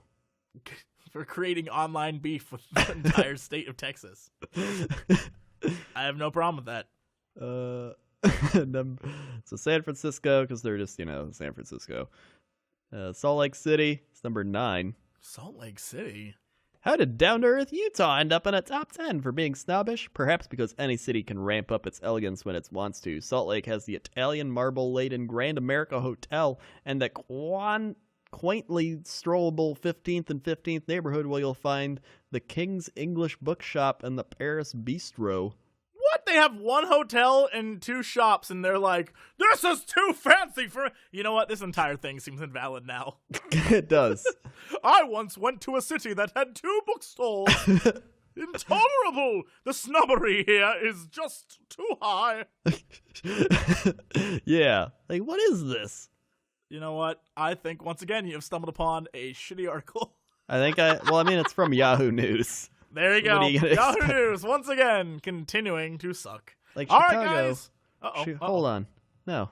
I gotta say, Chicago isn't even on the list. And That's they're like, all the meatballs. There's nothing snobby about being a meatball. That's true. They just kind of go to sports events and be like, hey, I like the meatballs. Hey, I'm surprised Portland, Oregon isn't on that list. Oh, that's true. That's like hipster central. Portland, yeah, hipsters are the snobbiest people on the planet. I don't. You know what? That's stupid. That's a stupid list. Yeah, it's a stupid list. Oh, well. We'll find a better article next time. Yeah. All right, what's our big news? I can't even say. The big news is... What's the big news? What's the big news? Well, I picked out an array of stories. You always do this. You have to make me choose. All right, Jason Garnett treated for 17-hour erection. Uh-huh. That's a good story. We also have mom burglarizes cars at school, claims she's looking for ISIS. What school is that? All right, this is the one we're doing then. Apparently, there's growing concern that Islamist state of Iraq and Syria could attack the United States from within. Cops just don't believe the terrorists will start by hiding in cars on Mississippi school property. That allegedly didn't stop Lisa Carol Roche from using ISIS as an alibi. The Hurley woman is accused of burglarizing cars in the parking lot of her children's school, then telling officers she's looking for ISIS terrorists. Roche, 41, was allegedly caught stealing sunglasses and other items from cars. East Central High School, Fox 10 reports. She remained in Jackson County Adult Detention Center Friday. She's been charged previously with careless driving, felony fraud, and felony embezzlement. Look, faces up to 5 years in prison. Look, baby girl, you're 41 years old. It is time to grow up. She's also... Look at this picture. Girl, you are 41 years old. It is time you grew the hell up and stopped trying to steal stuff. All right, never mind. Look at those tats. Yeah, no. There's no saving that woman. She's gone. Yeah, she's long gone. She's gone. She's gone. Long gone. Here's the good part of it. Here's the part of the story that we all need to focus on. Her kids are still in high school. If your mom looked like that, I would praise you for being able to stay in school. You should be a felon. If your mom looked like that, you should be in jail right now with her. So the fact that her kids are still in school, that's pretty good. Yeah. That's pretty good. Good on them. Yeah. And here, this is a good story for our Japanese stuff. Japanese pop music idols are usually forbidden by their managers to date or marry, lest they disappoint their fans, but one J-pop band called the Happening Girls is changing the game. The 4 members are planning to date and possibly marry their fans while wearing bikinis. What? Yep. The Happening Girls. I'm Googling that. The Happening Girls. The Happening Girls. The Happening Girls. Okay, continue that story. Go on. The Tokyo-based quartet, known for wearing 2-piece bathing suits in public, has just started a reality show on Kando TV where fans audition to be potential partner for one of the happening girls. We are positively encouraging our fans to meet and date the girls. The spokesman, that's the voice you've chosen. Show spokesman Taruki Aoki said, according to the Daily Mail, how they got on and how far they go is up to them, but they are contracted to let us into their private life and share in the relationship. That sounds like a really shitty contract to me.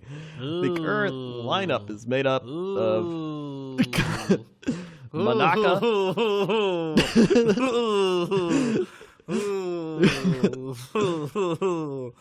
Yeah, no. I thought it would be like fake Korean K-pop stars where they're all plastic surgery to look wonderful.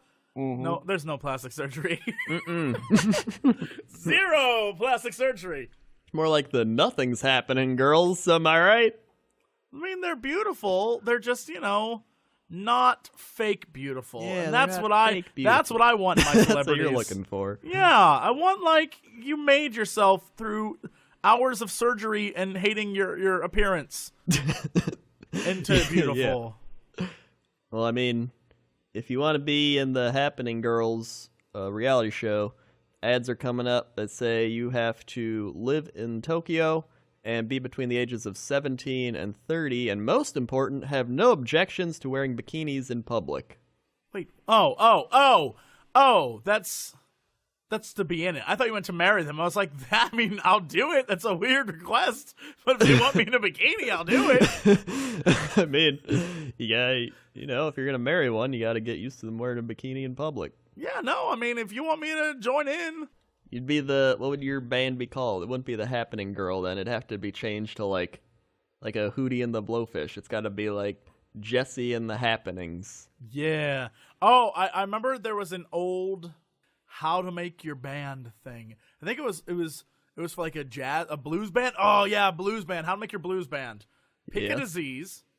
All Don't right. do it yet. Have it in your mind. Oh, okay. Pick a disease. Pick a fruit or vegetable. Okay.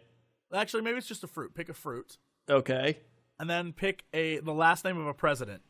The Ebola Apple Obama. That's your thing. Mine was good. Mine was called Cold Peach Roosevelt. Oh, that is a good one. Cold Peach Roosevelt. And then because I liked it so much, I thought it would be Cold Peach Roosevelt and the New Deal. That's my band's name. Is that a good band name? I mean, it's not as good as Ebola Apple Obama, but Cold Peach Roosevelt. You can do it with anything like syphilis.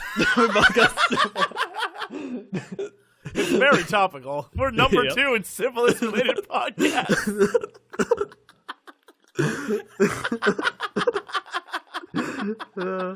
All right. So syphilis, kiwi, Kennedy. There we go. Syphilis, kiwi, Kennedy. That's a nice one. That rolls off your tongue. Right there. Then we can do hemorrhoids, pear, Monroe. Hemorrhoids, pear, Monroe. That's a good name. I mean, it's a pretty good. Hemorrhoids, pear, Monroe. What about polio, pineapple? You're trying to look for a P. There's no P president. Roosevelt. Nope, we already did Roosevelt. You got to know other presidents. Polio, pineapple, Lincoln. Wait, no, there's got to be a P president. No, there is no P president. Yes, there is. There is no P president. It's got to be. There is no P president. Oh, the polio pineapple bush. That just sounds like a bush you don't want to eat from. That'd be the album cover. It's just like a bush that has polio but grows pineapples, and if you eat the pineapples, you get polio. That is really sad. What about bronchitis, banana, Buchanan? Oh, that's a good one. I like that one.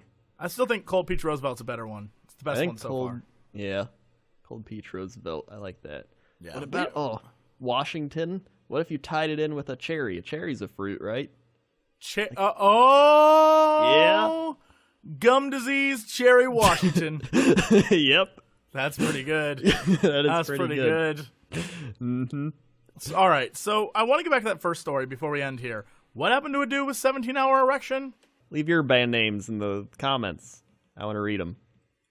Jason Garnett will always remember last Friday. Garnett, 23, woke up. That's an amazing intro.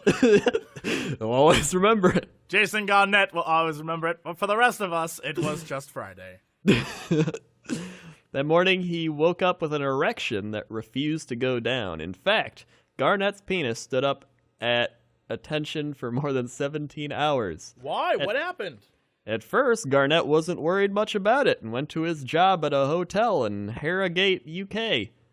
But around lunchtime, he became concerned when taking an ice bath and going for a jog didn't alter the situation. He realized something was up. Question. How many hours a day does this man work? When did he go into work? Well, it says 8 hours after waking up, Garnett told his roommate about his problems. So he had a boner. Yeah. And then he went to work, right? Mm-hmm. But then he went and then took an ice bath and went for a jog. Yeah, I don't know. Maybe he worked. I'll give him a 6-hour shift. I'll give him 6 hours. Yeah, all give right, him 6 continue. hours. I'm trying to put the times together here. I'm just trying to make sense of Detective. this. Yeah. You should have seen the look on his face when I told him what was wrong, Garnett told the Sun. He was in hysterics at first, but then he realized how serious the situation was. Garnett was taken to a hospital and was diagnosed with priapism, a rare condition where erections do not subside. It is not caused by sexual desire or stimulation, but untreated, it can permanently damage the penis. Okay, but what caused it? I said doctors had to drain 2 pints of blood from his penis to reduce the pressure on his organ. Okay, but what caused? I don't need the details of them needling his dick. I need to know what caused it. They say that misuse of prescription drugs and alcohol and drug abuse can cause it. Spinal cord injury, blood clots, poisonous venom from scorpions or black widow spiders. In the dick? I don't know. If a scorpion stings me in the dick, I'm just going to count myself as dead. Because how does scorpion get there? That's all I want to know. Apparently the most common cause of it is sickle cell anemia. Really? Yep. You know what? I'm going to say this guy's got drug problems. I'm going to say he's got drug problems. He probably was drinking too. and drugging, and he woke up in the morning. He was like, man, I'm so hard. They also say it's a side effect of drugs such as Viagra, Cialis, Levitra, all those, Prozac, Zyprexa, Coumadin, Wellbutrin. That's why I'll never take those. Nope. I'd rather have to admit that I am old and can never get hard again than risk having my dick explode off. Yeah, I'd rather be able to keep it. Yeah, I'd rather have. I don't know. I was going to come up with a creative name. I'd rather have Cold Peach Roosevelt down there. I'd rather be that old man that just, goes to the park and feeds the birds than goes and eats lunch at the... As my wife is left completely unsatisfied and we don't talk to each other. I'd rather be that guy than have my dick explode off. Here first. What walk of shame would you rather have? The walk of shame of... I can't have sex anymore, and I'm old. Or the walk of shame where you went to the doctor and you're like 85, and you're like, doctor, my wiener's been hard for days. You tell me which walk of shame you would rather have. After that, I don't think you're going to want to have sex anymore. Right? After your lessons will be learned. So, that's all I'm saying. Go along with nature. I'm avoiding Nature says problems. you're done. Say, you know what? I'm done. All right, Crendor, what's our big news story of the day? All right, so I got 2. Both. You always come with... You can never pick. You're so indecisive. They're both so good. So the first one is Florida man pocket dials 911 while cooking meth with mom. Uh-huh. And the other one is it appears that Nicolas Cage does not want you to see his new movie. What? All right, first off, Nick Cage, we need to know. Okay. Because his new movie is the one where he fights the devil. Dying of Light. Oh, no, that's not it. I mean, he's got like 8 movies rolling Yeah, out. no, the new one coming out is Left Behind, isn't it? Probably. It's probably like 3 of them. So why doesn't he want to see this movie that he's bad in? Well, you may have recently seen the trailer for Nick Cage's newest movie, Dying of Light, in which he plays a CIA officer diagnosed with dementia on the hunt for a nemesis he believes is still alive. Oh, we talked about this one. Oh, yeah, we did. Okay. So... He's hunting down like a terrorist, I think, yeah? Yeah, I think that's what it was. I mean, they're all pretty much the same concept. Like the dude tortured him, and now he wants revenge. Yeah. But he has to do it before he loses his mind. Well, as Deadline reports, Cage co-star Anton Yelkin, credited writer-director Paul Schrader, and executive producer Nicholas Winden Ruffin appear to be protesting the action thriller due to some behind-the-scenes battles with Lionsgate Studios. Schrader says he was forced off the film when the producers kept him out of the editing room. The producers assert that Schrader quit after turning in a cut that didn't align with his script. Said producer Gary Hirsch, "We made suggestions with Paul to a large extent. So apparently they didn't approve of the suggestions, and they were just like, whatever, we're just gonna do it our way." Can I ask a fundamental question then? Yeah. Are we to assume that most Nicolas Cage movies, by the time they get to the studio executives, are fantastic, but the studio executives ruin all the Nick Cage movies? Oh man, that's Is that the conspiracy we're uncovering right now? Oh man, all Nick Cage movies are fantastic till studios get a hold of them. And look at this. There's a picture of Nick Cage and these other people protesting it. No publicity issued by artist or lender, whether personal publicity or otherwise, shall contain derogatory somethings. Yeah. Dude, that must be part of their contract.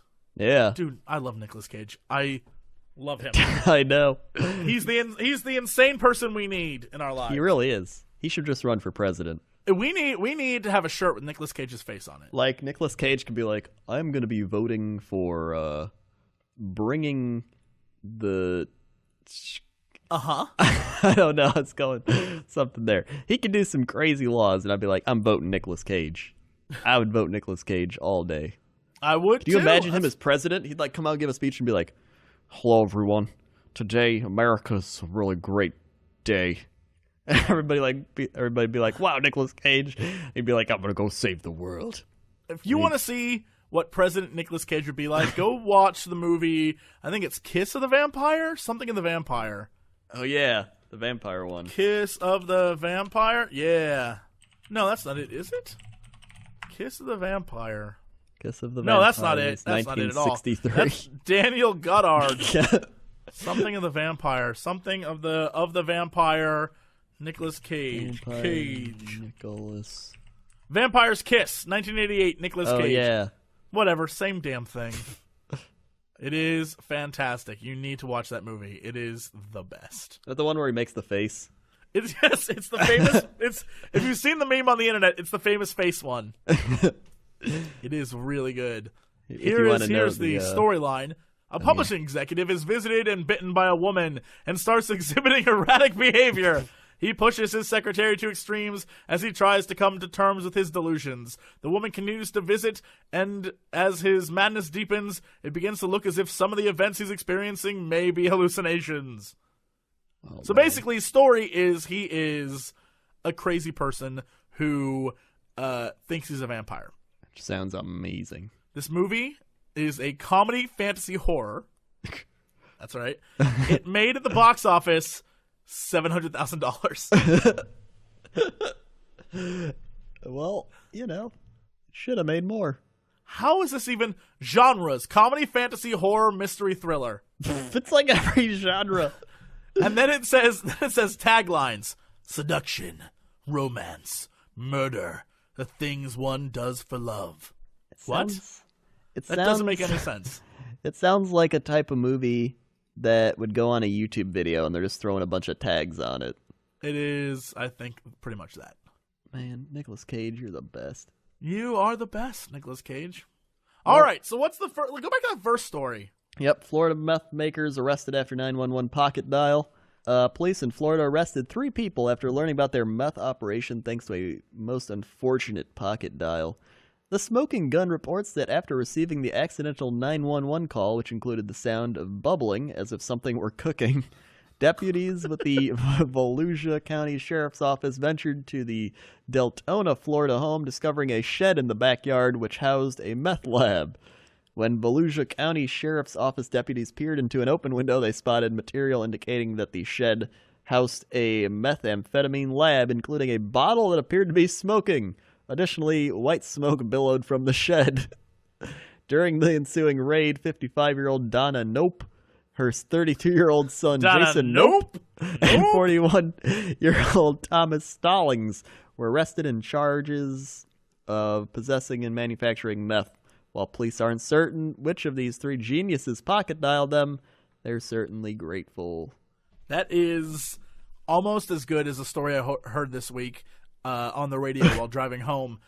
So police in, I think it was Ohio, but it could be Georgia. Columbus is where it took place. Yeah. One of those two places. Have a police blotter that they put on the internet that is like, we're looking, we have warrants out every, I guess, week or so. They put it on their Facebook. We have warrants out for these people, and they post pictures of people. And it's just like, if you've seen them, let us know. We'll try and track them down.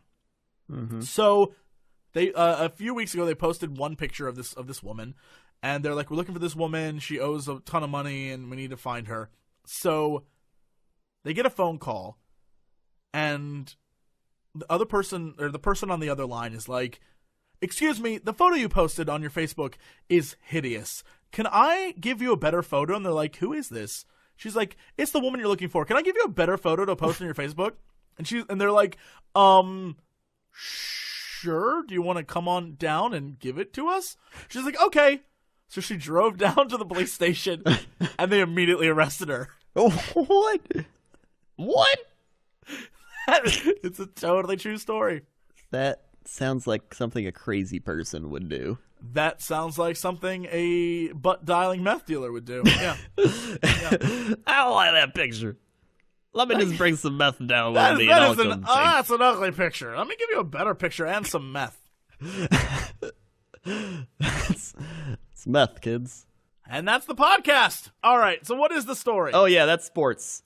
So, the story today is Barnabas Davis has been arrested with 633 packs of Ebola-branded heroin. What? Yep. Accused drug dealer Barnabas Davis was apparently hoping to stand out from his competition. Remember how we were saying in life you're born with certain gifts? If your name is Barnabas Davis, you're must either be a drug dealer or you're playing middle linebacker.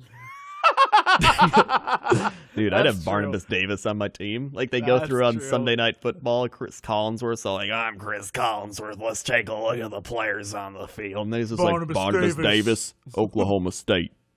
Yep. Like, that's a good football name. Either way. Barnabas Davis. When police in Toms Rivers, New Jersey arrested Davis, 47, on Monday, they allegedly 47? discovered... Again, every time we do one of these stories and someone wacky gets arrested, it's always someone who's like over 40. Look, I know. Grow up. Grow up, Barnabas. Grow up, Barnabas. I guess if your name's Barnabas, you have to be a child forever. Yep. Well, investigators said they got a tip about drug dealing taking place in the rear suites of the Ramada Inn along Route 9 and executed a search warrant of Davis's room.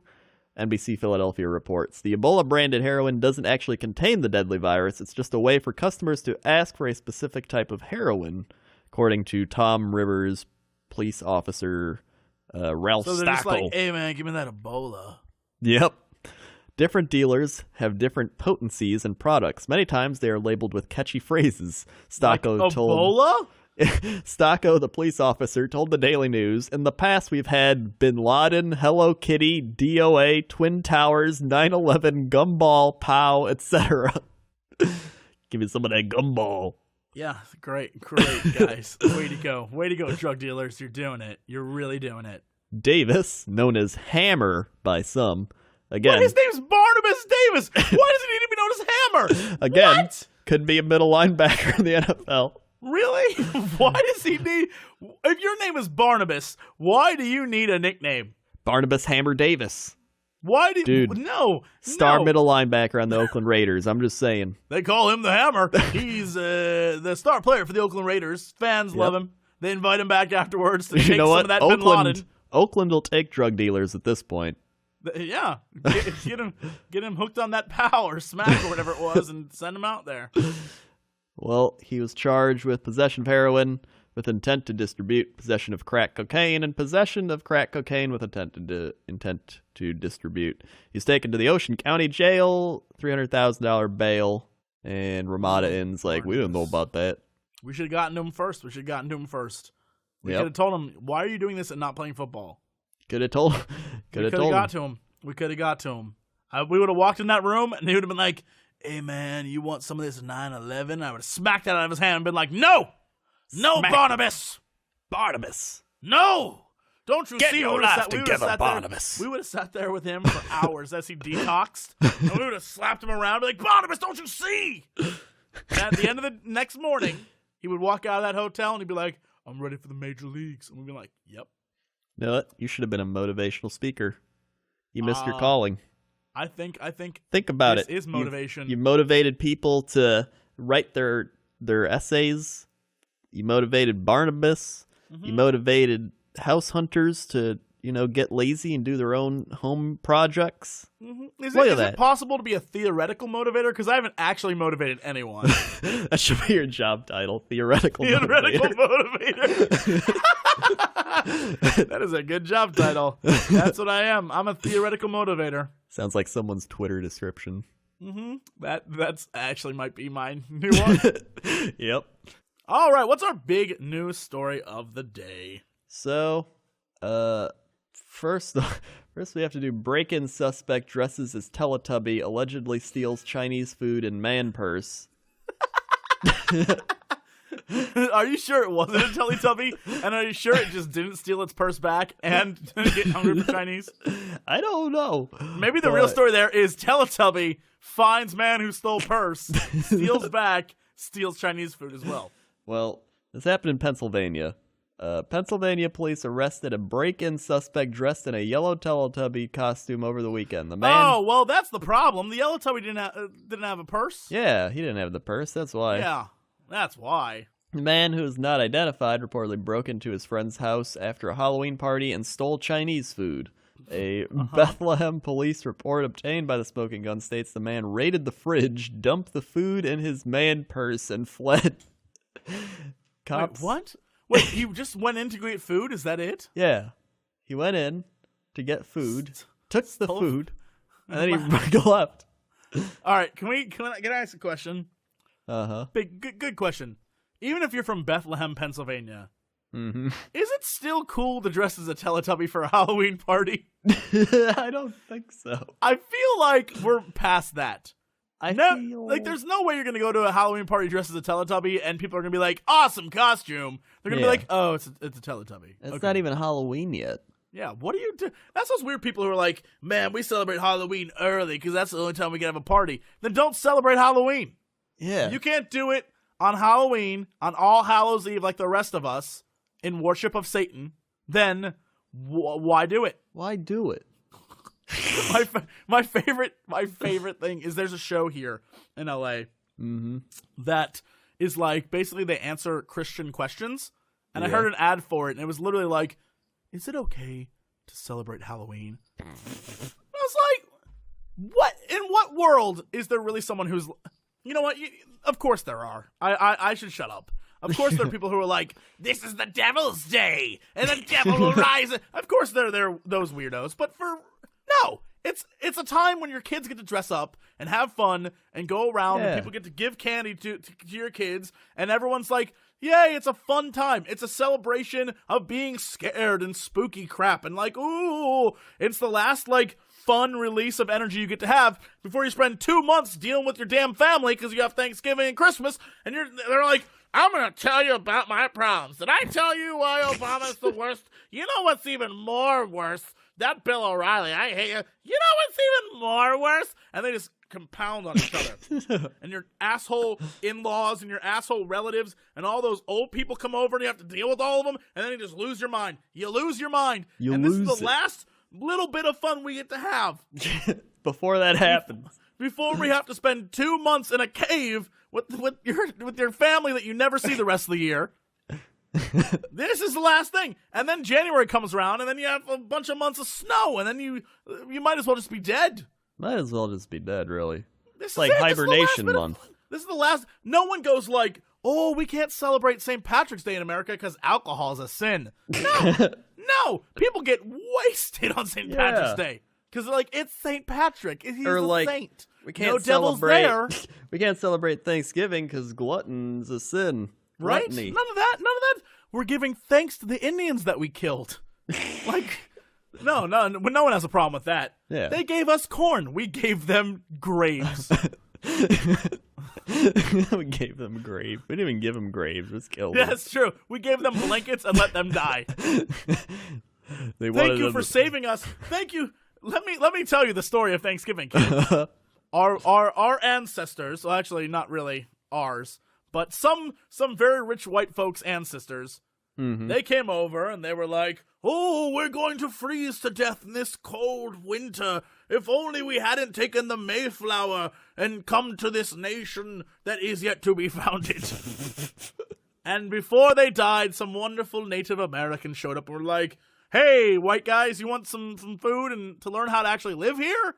And we were like, that would be quaint. Thank you so much. And then we shared a feast together in brotherly love. Years later, we murdered all of them. Well, and that's why that. that's why And then Tinky we Winky celebrate that. steals their food, and they're like, Tinky Winky, why you stealing our corn and maize? He's like, because you invited me to your party. And I figured, if you invited me to your party, I might as well screw you. It's the American way. It is the American way. I was gonna do this Halloween story, but I figure I'll just We'll save save it that for tomorrow. Halloween. Yeah. Also, people, Yeah. tweet us if you're from like a crazy European country. Tweet us if you do anything crazy for Halloween, or if there's like those. Don't be that guy who's like, I worship Satan. Because then everything I said will have been for nothing. No, we want You'll be like, I am the devil and he is inside of me. Don't do that. Don't be that guy. Yeah, don't be that guy. weirdo who's like, yes, the Dark One speaks to me. Give us like Don't be funny that guy. things, like those little dwarf elf midget people on Christmas, like the 12 Swedish.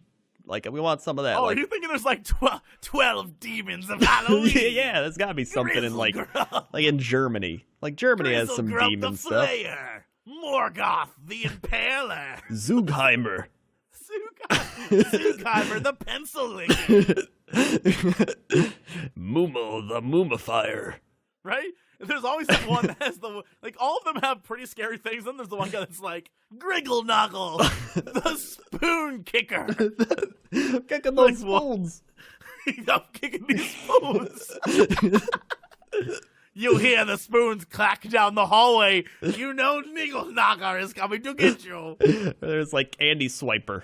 Swipes your candy. Right? Oh, yeah, but his name has to be like, Brickensfragen, the Candy Pfeifer. He swipes your candy. Oh, I want your 3 Musketeers. Oh, yep. That's it. We're done. We're done. Send us real stuff.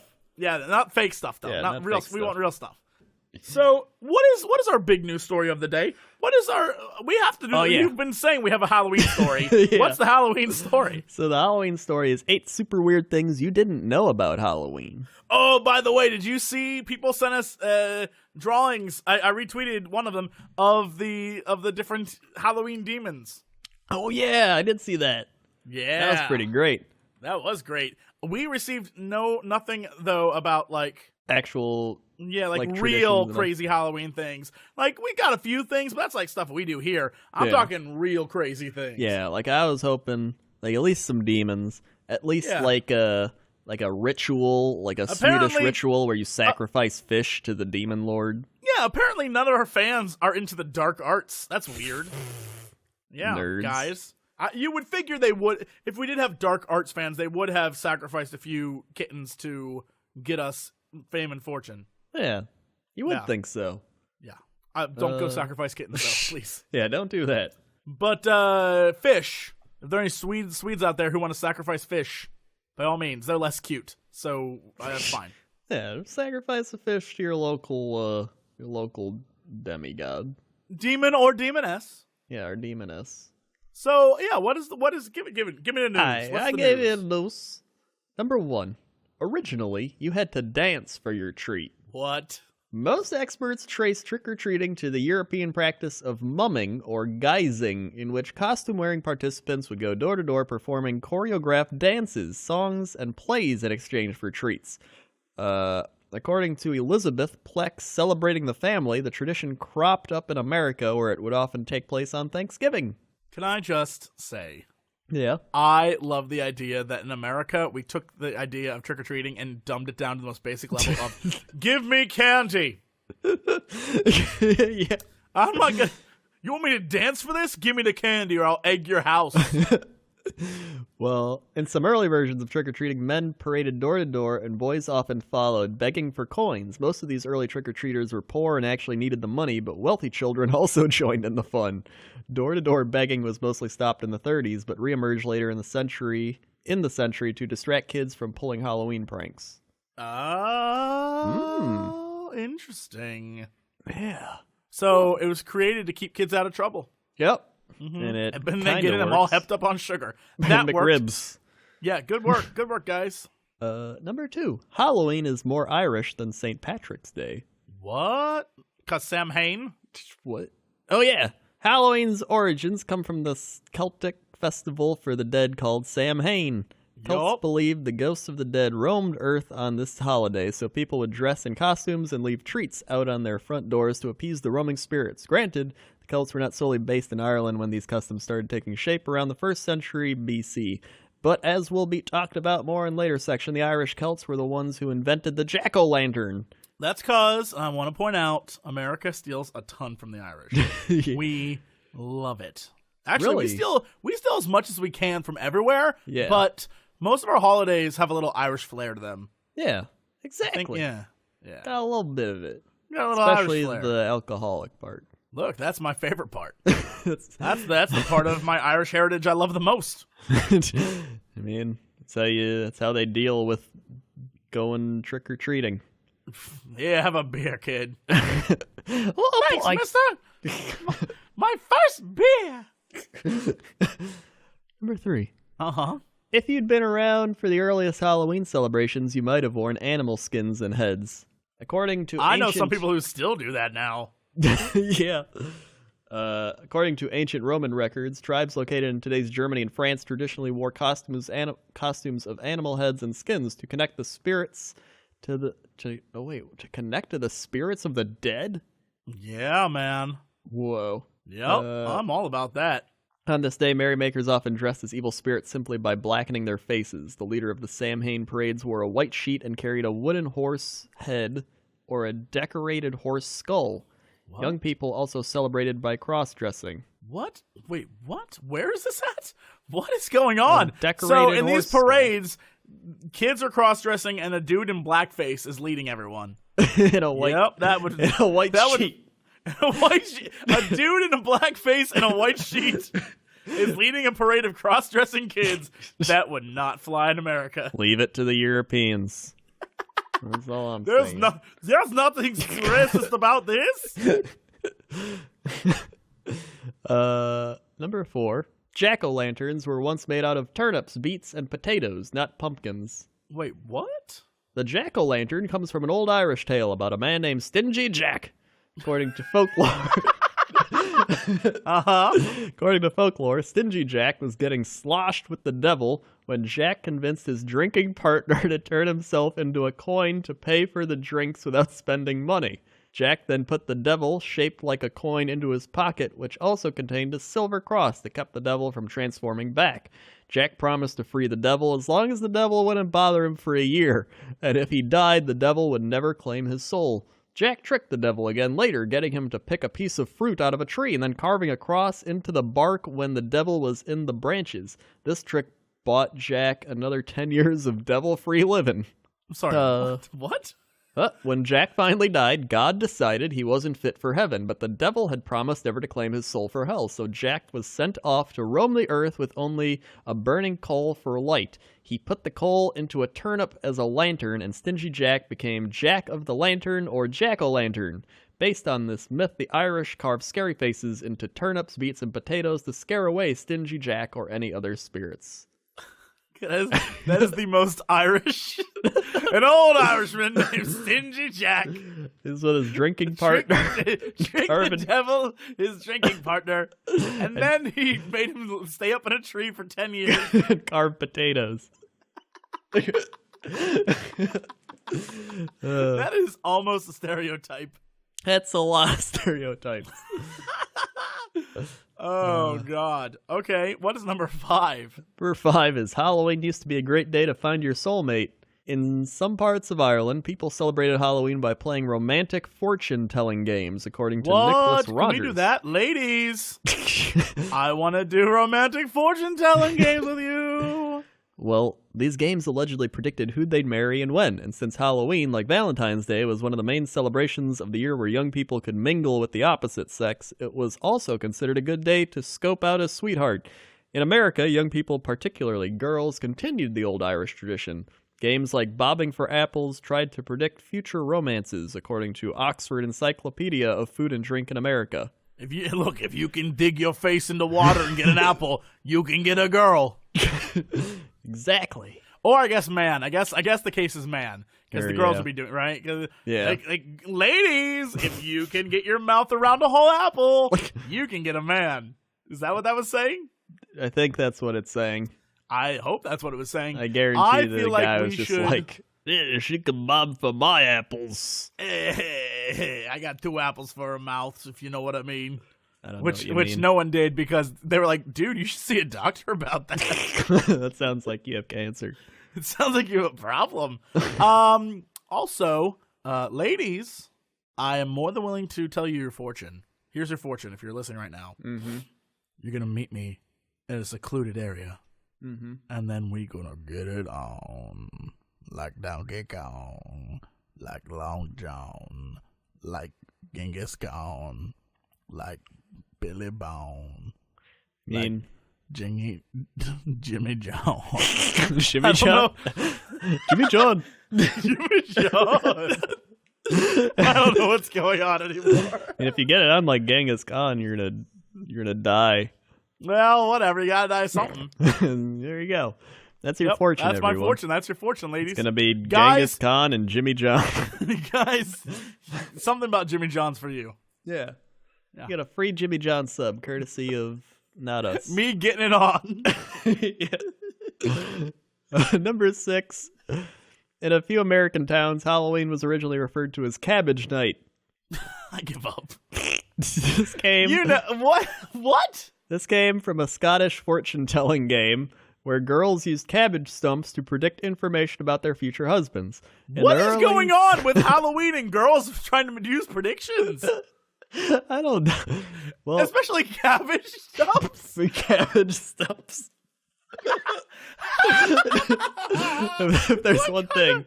There's just a bunch of girls around cabbage stumps like, cabbage stump, tell me who I will hump. And the other girls are like, your cabbage fortune is Billy from school. It's like, oh, gross. And Billy from school is just like, oh, I don't know. I was hoping we could date. Ew, Billy. But the cabbage stump said so. Anyway, this occurred in early Framingham, Massachusetts. Of course it did. Teens skipped the fortune telling and simply went around throwing cabbage at their neighbors' houses.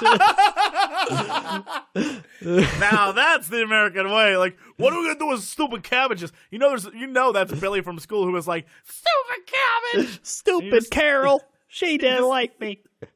They're chucking cabbages at Carol's house. You want cabbages, Carol? Here you go. Carol, why didn't you just date the boy? He seems nice. Mommy's throwing cabbages at the house. Yes, but his family can afford so many cabbages. Yeah. If you learn how to cook the cabbage, you'd be set for life. You know what they say? Feed a man a cabbage, he'll eat the cabbage. Teach a man how to cabbage, and he's got a new skill. Yep, how to cabbage. Sounds like a really awful dance from the 60s. Do the cabbage, y'all. Teach me how to cabbage. Yep. Also, in the late 19th century, America country boys reportedly rejoiced in throwing cabbage, corn, and assorted rotten vegetables. Yep, country boys. Yep. Number 7. Some animal shelters won't allow the adoption of black cats around Halloween for fear they'll be sacrificed. What? It's unclear whether black cats are actually sacrificed, but various animal shelters refuse to let people adopt these cats in the lead up to the holiday. Linda Garibaldi, director of the Cat's Cradle in Morganton, North Carolina, told the Huffington Post that the shelter does not adopt out black cats during the month of October because of the superstition and concern that the wrong people might adopt them. So they're afraid people are going to sacrifice black cats. Yes. Is that really something we're afraid of? I mean, she is. Oh, God. I don't think there's many people that are going to sacrifice their cat, but I may just be optimistic. Not crazy. Yeah, you may not be crazy. Yeah. And finally, number 8, studies have shown that Halloween actually makes kids act more evil. Go on. As IO9 points out, putting some costume-wearing kids into groups... Really? As IO9 points out? IO9. As IO9 that is the tip-top of research study right there. Okay. Putting costume-wearing kids into groups and introducing a clear object of desire, such as candy, has been shown to lead to de-individuation. This psychological term explains what happens when a group of maturing young minds begin to care less about the consequences of their individual actions, leading them to do things they might not do alone. One study in particular found that unsupervised costume children in groups were far more likely to steal candy and money than both non-costume kids and children not in a group. Another similar study found that masked children were significantly more likely to take more Halloween candy than they were supposed to if they believed there was no adult supervision. Yeah, no. So, nice study. IO9, you did it. So you're saying that people in groups are more likely to do things. And people in groups who are in disguise are more likely to do things without fear of getting caught. Wow. Wow, you figured it out. That has never been discovered. You figured it out. Ever. You just... It almost makes you wonder how we let all those crimes where people dressed up in masks, how we let them get away with that. Yeah, I mean every kid that goes trick-or-treating in a group is going to become a drug addict. That's what I am getting out of this. Yep. Oh man, all druggies. That you replace the candy with drugs, and you replace then the they costumes with. I don't know. I was gonna say prostitution. Prostitution. I was gonna say tattered clothes. That's the word I was looking for. Well, tattered clothes and prostitution go hand in hand. Then they can't afford the new clothes, so they just wear the same they're ones. They're on the streets doing tricks for $5 a piece. Yeah, you start doing trick or treats. Now you're doing tricks. Yep. You started trick or treating, and now you're just tricking. According to IO9. And the only treats you give are ones in the bedroom. Yep. You don't even make it to the bedroom. You're an alleyway whore because you went trick or treating as a kid in a group. They got you. They got you hooked. Got you hooked on the sensation of stealing candy. First thing you're stealing candy. Next thing you're licking up the McRib barbecue sauce off the side of the road. Oh God, that's so good. I just want to give us some McRib barbecue sauce. I just can't wait to get it. Oh yeah, I just want it so bad. Oh, so nasty.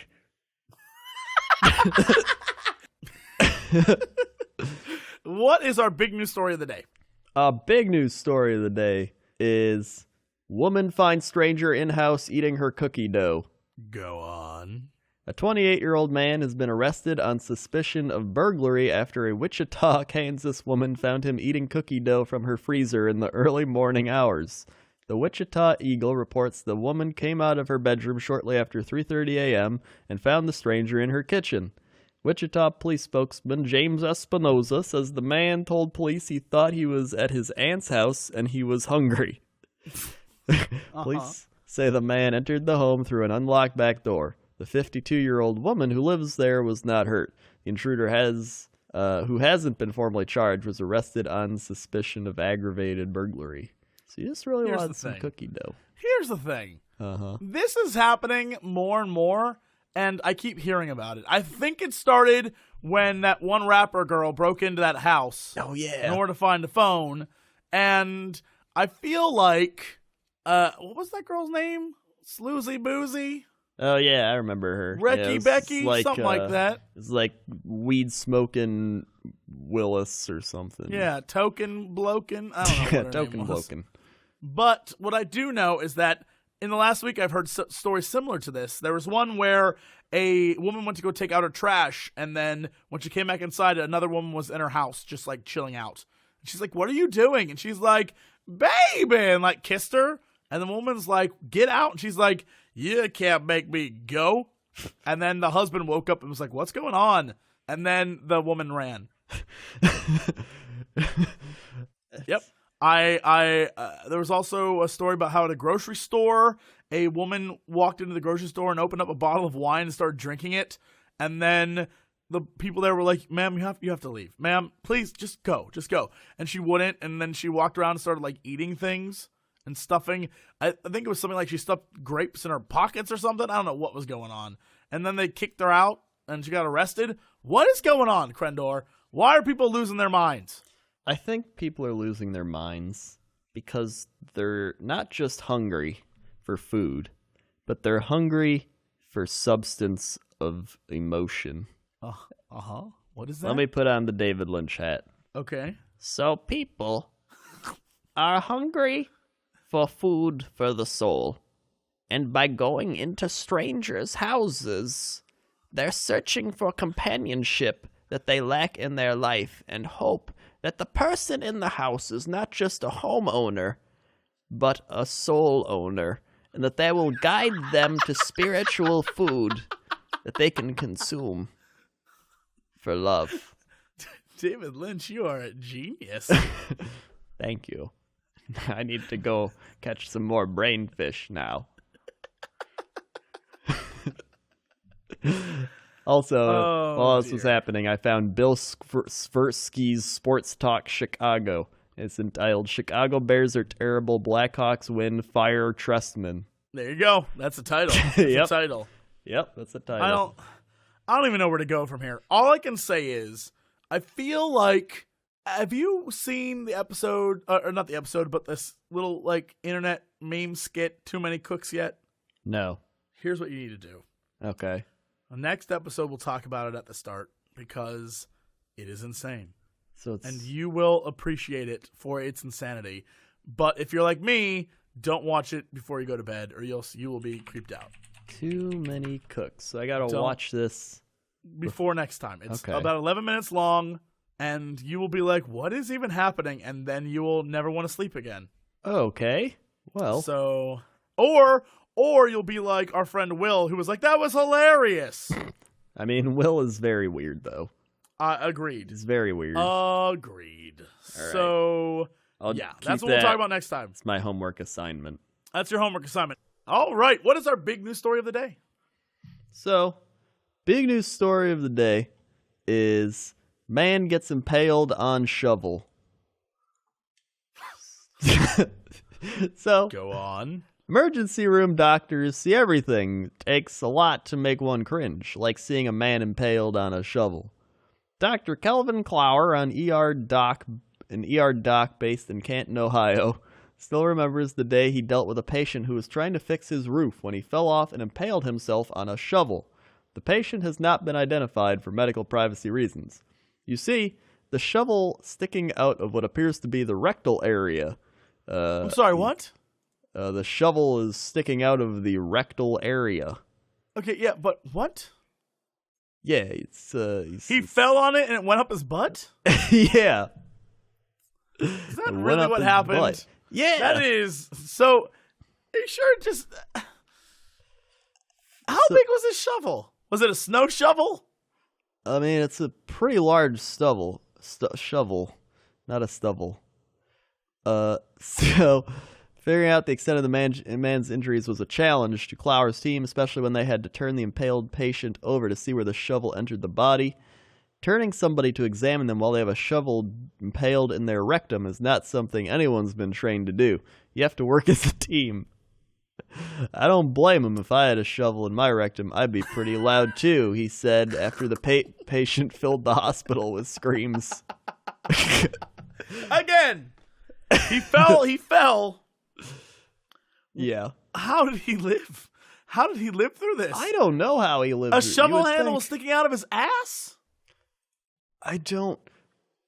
It's like, but things got worse. It turns out the shovel was actually impaled in the perineum, the patch of skin between the rectal area and the scrotum. The taint? The taint. It taint the and it taint the It's the taint in his taint. Oh my god!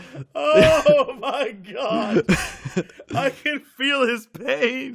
You just feel that shovel went right up. Oh my god! Right it's up right the taint. in his taint. Mm-hmm. So well, that's horrifying. That created some even bigger problems, as you might imagine. He could bleed to death with seconds or minutes if the injuries are to the liver, kidneys, or other organs that use a lot of blood vessels. After a few tense moments, the shovel was removed and the patient eventually recovered. So apparently it didn't hit any of those. The man now has professionals fix his roof rather than risk another impalement. So this dude got impaled in the taint. He got impaled in the taint. He got impaled in or the grundle. There's a lot of names. There's a lot of names for it. I've only heard taint. I've never heard grundle. It's been called the grundle. The grundle. The grundle. G-U-R. No, G-R-U, one of those. Look, the grundle. That is horrifying. I just hiccuped as I laughed. You were just very excited. That's all. Okay. So, as I was looking at that, I found another article that is very fitting. Paranormal radio host Art Bell mysteriously disappears. What? Wait, Art Bell's missing? He disappeared from Sirius XM. Wait, what? What do you mean? What? The much ballyhooed return of paranormal radio host Art Bell ended in just 6 weeks. The master of UFOs, fringe science, and conspiracy theories apparently at odds with Sirius XM over live streaming. Oh, he thought he was abducted by really aliens. I thought Art Bell really got taken away. Wow. Art Bell is the original. He's the original host of Coast to Coast. Yeah. And he's good too because he didn't give shits. Yeah, he was great. Shit. The new guy, George Norrie, he's like, well, please tell me about this crazy alien that abducted you. Art Bell would be like, you're stupid. Yeah. Like that one woman. She was just like, my son, he used heroin, and we tried to get him help, and he wouldn't take the help. She went on for like 10 minutes. I was like, is this a ghost story or like your ramblings of your like drug-addicted son? And then after all that, she's like, and now I think I see him in my bedroom. It's like, what? Yep. What? Art would be like, lady, shut up, move on. Yeah. George is like, maybe he was in your bedroom. It's like, no, she's just an old crazy lady, George. There's nobody there. She's just crazy. George, I heard the last caller, and she's just an old crazy lady. But let me tell you something real. I was out in Russia, and I saw a Yeti. He is living, and he is hunting me down. You want to know something amazing? While looking for this mysterious Art Bell disappearance, mm-hmm. I found an article. Yeah. That is called "Man Eaten Alive by Anaconda in the Name of Reality TV." I just imagine him getting eaten and being like, in the name of reality TV. What this guy gets swallowed, but he doesn't get eaten. Like the anaconda swallows him. What? But he doesn't die. So he lived in the anaconda. That's basically what it's saying. Whoa. How long did he live in the anaconda? I don't know. I think it didn't digest him. But he got out of it. It doesn't say whether it cut him. He cut out or what. Anaconda man lives. I don't know. I don't know. I don't know if that's going to The man to be eaten alive by anaconda in Discovery special. I guess in order to see what's inside the anaconda? Here's what this thing says. Discovery Okay. has found its new extreme stunt. A man will be eaten by a giant anaconda.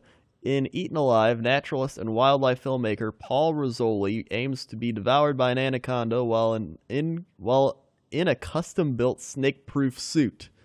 Discovery is playing it coy about how much Rizzoli is actually consumed by the reptile, but the network has released these 2 promos teasing the endeavor below.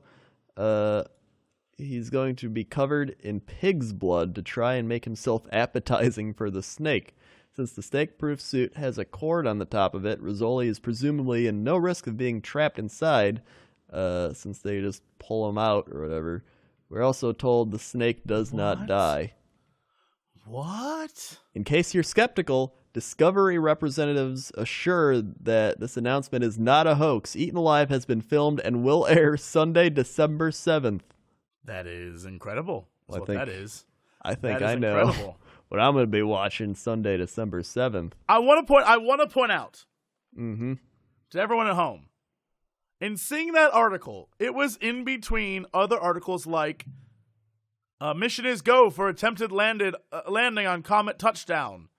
It is for China's massive military machine goes on show. There's another one for Forbes ranks the most powerful people in the world. All these different things. That's the one that caught my attention. Can I say that all these websites have these ads, and they all are like that? And They they're all look just, like links. Yes. Yeah, they're all just Yes. big clickbait. Like why do they gotta use This the one clickbait? says that I love this. Stray dogs in space. The Soviets sent stray dogs up to conquer space. This is what happened next. Well, now you got to click on it. I mean, I do, I guess. Did the dogs conquer space? Oh my god! I bet that's During a the guy hero. 1950s, USSR propaganda artists produced a huge amount of emblematic images celebrating the role of dogs in Soviet space exploration. There are these stray dogs. Look at all these. There's all these posters of dogs going into space. Oh my god! In Guy Hero, after he defeats his first nemesis, he has to fight dogs in space. This is great. Dogs in space with their leader, like Sir Barks-a-Lot, and he's up there and he's conquered the moon, and we need Guy Hero to go rescue the moon because the dogs have taken out the American flag from the moon and planted the dog flag and claimed it as their own country. It's got a paw print on it. I don't. Yeah, it's just about the propaganda of dogs going into space. That's literally it. It's not nearly as interesting as I thought it was going to be. Which is why it'd be more interesting if it was a Guy Hero part. Oh my god. We're just I too can good at picture this. it now. We really are. Yep. Well, that's good. That's good. I'm glad we figured that out. We did. We now know about dogs in space. Yeah, is there anything else of importance today? Let's see. Anything else happened today? No, my throat is killing me, so I'm trying to figure out what is important to you, Crendor. I saw the last Walking Dead episode. I don't know if you've seen that. I If you wanna haven't spoil seen it. Okay. No, Well, I haven't seen it. let me just say it's very predictable. Really? Very predictable. Are there zombies? There are indeed zombies in it. I figured it out. I got it solved. You know what we need? We need one of those. What do we need? We need one of those things where the Guy Hero universe melds with the Elf Story universe, and they create this just crazy movie Called. I'm waiting for it. I'm waiting for you to do this. Called. Guy Hero: The Elf Story. That's why you're not in charge of naming things. Listen, Guy Hero, the Elf Story? Guy Hero: The Elf Story. No, it's got to be Guy Hero, Elfageddon. Right? That is pretty good. Guy Hero, Elfic Gigolo. And it's about the Elven, girl elfic. in our Elven. story.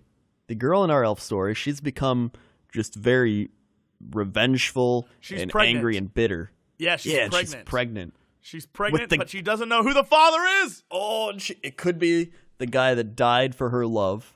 Yep. It could be the dark elf. Yep. Could be the Keebler elf. Or wait, no, the Keebler elf died. Here's the twist. other Here's one. the twist, though. They go on Maury, and it turns out to be Guy Hero's kid. Oh, man. It's Guy Hero's kid. Yeah. Because Guy Hero, just by being in his presence, pregnates you. Yep. Pregnates you. Impregnate. Ladies, you're getting pregnated. Yeah, you are being pregnated. Yeah. RG4 is pregnating you. Can I say that RG4 needs to happen very soon for the Washington Redskins? RG4 has pregnated the Washington Redskins with love and talent. Oh, man. The birth of our future team will come from me pregnating you. That's my new favorite word. Pregnating. Pregnated. I will pregnate you. I will pregnate you. You shall be pregnated. I will pregnate you. That is what now I'll do. Now it's like a song. Now it's like an old... I will pregnate you. That's what I'll do, my darling. But first I'll treat you well. So swell. Then I'll impregnate you. But we'll be married. When I pregnate you. That's what it'll be called. Guy Hero, the elf pregnation. Ooh. I like that. The elf pregnation. Is that actually a word? Pregnate? No. Pregnate. No one's ever said pregnate. Pregnate. Oh, man. There's pregnant, but you impregnate people. You don't pregnate. Literally, no. Search instead for pregnate. Pregnate. Ooh, it has a definition. What is it? The obsolete version is to become fertile, but it's not a word used anymore. Whoa, so it used to be a word? Late Latin for pregnatus. This word doesn't usually appear in the dictionary. Oh, so it's not a word. Oh. They just included it because idiots like you who want to pregnate women. That's like people say funner. No one says funner. It's funner to pregnate than impregnate. All right, that's enough. Yep. Hello there, everybody, and welcome back to Cox and Crendor in the morning. Hey, welcome back. Wait, Crendor? What? Something's coming in. Crendor, something is coming in right now. What? Whoa, important hold breaking, on. It's important breaking news I thought story. I threw out that Morse code machine. It's coming through. It's coming through the wire now. Breaking news from CNN Daily News on Twitter. CNN Breaking Daily News. Hot dog. Boy claims to have superpowers after eating 7-year-old kid cuisine microwavable meal. This sounds like a true story. All it is a picture of a little fat boy with metal attached to his body. I know. It's like spoons and dimes just glued to his body. He looks very unamused as well. He's just like, why is this happening to me? He has mutant powers. He doesn't know how they manifest. I need to know, Crendor, is there a real story to this? Do you know, sir? Well, I had to find out, so I typed it into the Google. And what I found was inspiring, to say the least. Uh-huh. DailyMail.co.uk says, boy who suffered powerful electric shock claims he now has superpowers like X-Men's Magneto as metal objects stick to him. Wait, is this the same boy or a different boy? It's the same boy. Are you sure it's the same boy? I know that boy when I see him. So there are again, very few boys that look like this boy. Again, bullet points. Russian schoolboy claims to have superpowers like X-Men's Magneto. He got up one morning, not a Mormon. He got up one morning as a human magnet following electric shock. When he woke up, he realized coins had stuck to his body. Nikolai Kregenko. Wait, no, this kid, though, on CNN got it because he ate a 7-year-old kid cuisine microwavable meal. Well, let's read a bit more into the story. Oh my god, are these two different boys with magnetic superpowers? They who look are the both same, little though. fat kids? Crendor, who's telling the truth here? Crendor, what is Okay. going on? Is this an epidemic? Let me tell you about I what need to this see thing article. says. All right, I need to see. Is the boy in it? Yes. You A sure school- about this? I linked it to you. Okay. A schoolboy who was almost killed when knocked out by a massive electric shock now claims the accident gave him superpowers like Magneto. Nikolai Crendor, 12, had been walking home after school when he leant briefly against a lamppost that was live from a faulty wire and was blasted across the pavement. All right, can I ask a question? Why does CNN claim that this was done by a 7-year-old boy eating a kid cuisine microwavable meal? I don't know. Yet this website claims that it's done by a powerful electric shock. Yeah, what's the shock or the kid cuisine? Well, I mean, kid cuisine's a better story. Yeah, electric it's a shock lot makes better. it seem more real. Yeah. Yeah, he managed to get home, and then this is what happened. He's a little cute fat Russian kid. I know. Oh, look at him! Look at him! Yeah, he's able to stick coins to him. The best part about this article on dailymail.co.uk, the best part about this article is as you scroll down, it's like, here's pictures of him. And the first picture is him, and it's him like holding his arms out and like metal stuck to him. That's and the next be is the a video, thumbnail. and the next picture is him like with spoons to his back. And the next picture is him with the coin in his head. And the next picture, Magneto from the X-Men. I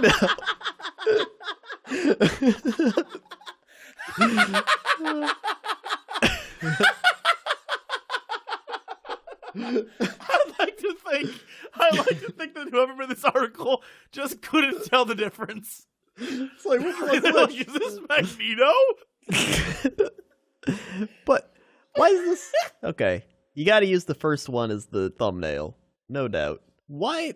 Where'd they get kid cuisine from? I think that's the mystery. Did he like eat the kid cuisine after it all No, happened? I think CNN is full of shit. That's what I think. Hold on, let's search this. I CNN kid. think CNN cuisine. is full of liars. I searched CNN kid cuisine. They didn't have anything come up. That's because CNN is a bunch of liars. I agree. Breaking news: CNN full of shit. In case you were wondering. Full of it. Whoa! Look at his class. Look at his class. So Nikolai, if you keep scrolling yeah. down, Nikolai is like, all right, there's several things wrong with this. So we need to link this article in the description, because if you scroll, if you scroll down, it shows him with his class, and it looks like they're from like maybe the 1920s. Mm-hmm. But the more important thing is in this photo is the biggest effing spoon in the entire world. Like, it's like they kept trying to like push him like soup ladle. Yeah, that's what is going on? Factory worker Leonid Tenkev in 2004 claimed he had the power to attract metal to his body following the Chernobyl disaster. What? Well, It's him with like he has an iron on his body. He just radiated. As of 1990, there have been 300 living magnets. What? 300? That's a Oh lot of my living God. magnets. Oh my god. Oh my god. So, I'm not saying that I've been looking at kid cuisine, Uh-huh. but the food from kid cuisine looks like it could cause superpowers. I mean, that's obviously true. I'm not saying that I got distracted by a sidebar thing here that says baby number 4 for Kevin James and his wife, Stefania Cruz. Here's the thing. That woman's gorgeous. Kevin James, you give a man hope. Kevin James, giving a man hope. That Kevin woman James. is beautiful. Oh man, Kevin James. Look at her. Look at her. He's 9 years older than her ass, too. And they have 3 kids. Kevin James looking fantastic. Good work, buddy. Kevin You're doing James it. styling. You're doing it. Paul Blart Mall Cop. You're doing it. Mall copping around. Yeah. Have you ever eaten a kid cuisine? No, I don't. For a while, I ate a bunch of those like lean cuisine things Oh yeah. because I figured like, it's only like 300 calories. That's pretty healthy. But god damn, do they taste awful. Like they are the worst. Let's just say just have a bunch of filler stuff in it. I decided a long time ago that like if I was going to eat healthy, I'd eat like Just fresh eat stuff. real food. All right, what is our big news story of the day, Crendor? Besides the fact that a boy has Magneto powers. I mean, that is a pretty great news story. Hold on, let me check my great weird news site here Uh-huh. for some weird news. Weird news. Weird news. The front cover story. I am a platypus. What? Just says I'm a platypus. Uh-huh. The transformation is complete. Genya Bolotov is a platypus.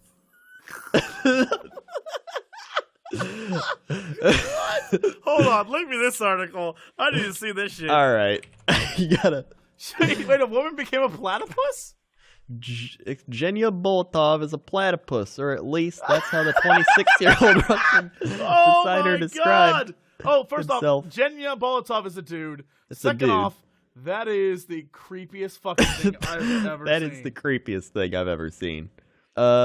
Externally, I am now a platypus, he said. My resemblance is the way I want it to be. It takes bravery to do what I've done, and I will keep modifying my body until I am happy. Bolotov does have at least one platypus-like feature. His lip stretches out more than 2 inches horizontally, according to Cosmopolitan, the best source. What? He's been piercing and transforming his body since he was 18, and his work has culminated into one really creepy YouTube video. Meet Genya Bolotov, the human platypus. He said he'll continue his piercings, though it's unclear how much more body modification would make him look more like a platypus. First off, none of this does. He looks No. like the final picture of him is like a dude who looks like he's he's in a dress maybe, and he has like kind of chick hair, but then he looks like He doesn't. something you'd see on National Geographic. I Yeah. don't know. Like, He looks like he belongs in National Geographic places. it looks like this boy. Look, I'm just gonna say it. Mom, Dad, what the hell? What the hell What the happened? What the hell? What the hell, Mr. and Mrs. Bolotov?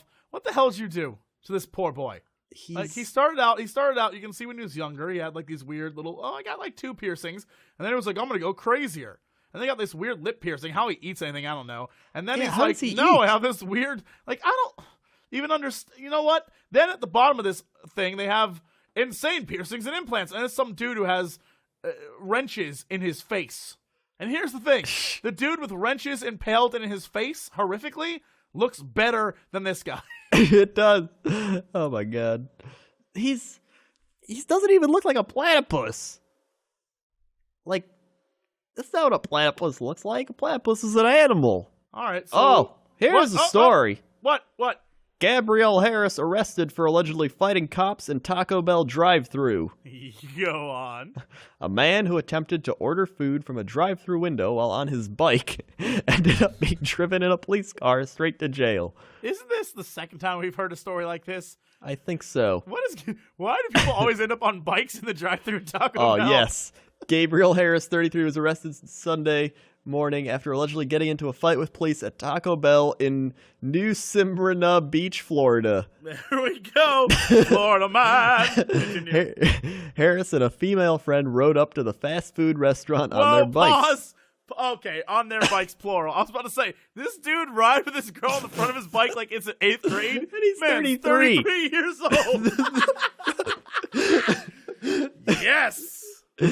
They rode up and attempted to order a meal at a drive-thru window as it was closing. When they were denied drive-thru service because they were on bikes, Harris and his companion Also, because it refused was to leave. closing. So that means it was 3 a.m. at a Taco Bell. Let's be clear. Florida. Dude and his girlfriend riding around at 3 a.m. looking for tacos. They are high as kites. Yep. Employees called 911, and when officers arrived, Harris was still on his bike near the menu speaker. As police were asking Harris to leave, one officer spotted a red Swiss Army knife on Harris's belt loop and tried to reach for it. The suspect allegedly grabbed the officer's wrist, which led to a tussle. Harris was wrestled to the ground and handcuffed. Wait, why would they grab his knife? I don't know. Like in Florida, you're allowed to have like guns and stuff on you in bars and things. Oh, wait. As police were asking Harris to leave, one officer spotted a red Swiss Army on Harris. But yeah, he tried. Why did he reach for his knife? Why wasn't he just like, take your knife off or whatever? What? You know what that cop is? Fan of What? McDonald's. Yep, fan of McDonald's. He's in the pocket of Big Ronald. And he was trying to get him to leave so he can go to the 24-hour McDonald's down the road. And he's like, no, I want my Taco Bell. Hey, That's just an American citizen wanting to exercise his right to get a burrito. Well, there's a picture of Harris. I mean, Jesus. you know. He's so Yep. sad. He's very sad, as well as having like Why does he juicy look fruit like rainbow that? hair. Why does he? His hair is literally like juicy fruit colors. He just looks like, you know what he looks like? He looks like just a sad nerd. He does look like a sad nerd. Just like, he doesn't even look like he's trouble. He just looks like a sad nerd who, like, I dyed my hair. Like, he looks like, I've seen that hair on YouTubers before. Mm-hmm. It's sort of like a lazy hair dye. Yeah. Like a very lazy hair dye. Or like it's just wearing out. Yeah, like, I feel bad for him. Yeah, he just wanted some Taco Bell. Yeah, no, he just wanted to. Look at his sad face. He just wanted Taco Bell, that guy. He's on my bike with my girlfriend. I just want some Taco Bell. I just wanted some Taco Bell. Yeah, the cop stole a Swiss Army knife. Screw you guys. Yeah, screw you, cops. This is clearly a sign, a case of harassment. Yeah, these are not the Florida citizens we should go after. Yeah, this man was simply trying to get Taco Bell with his girlfriend on a bike in a drive-thru. Yeah. That's all he There's wanted. nothing weird about that. It's not like Platypus Man over here.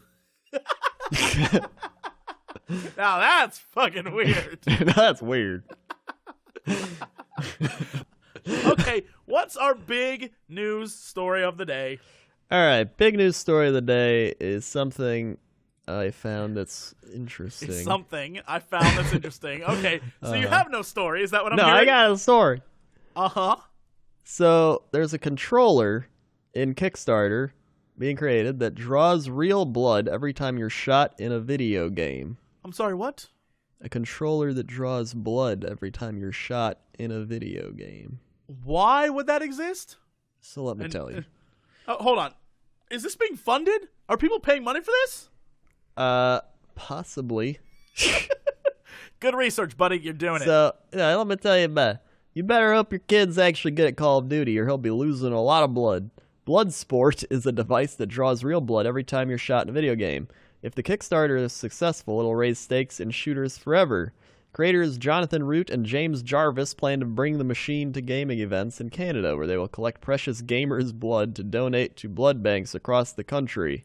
Here's how it works. It's stupidly simple. Remember the rumble pack? Well, nowadays, most video game controllers rumble when you get shot in the game. That rumbling means that an electrical signal is being sent to the controller to let you know you've been hit. All we're doing is rerouting the same electrical signal and using it to turn on the blood collection system. I'm sorry, what now? That is, so they have like, are they going to put a syringe in you? And then, like, just draw blood? And then and it will just open and close a valve, and then you donate it? So it's like you go to the blood drive. Yeah. It's literally like, a blood drive. Okay, all right. So it's a blood drive. I thought it was like the controller will cut your hands every time you lose. Yeah, well, that's what I thought too. Well, that's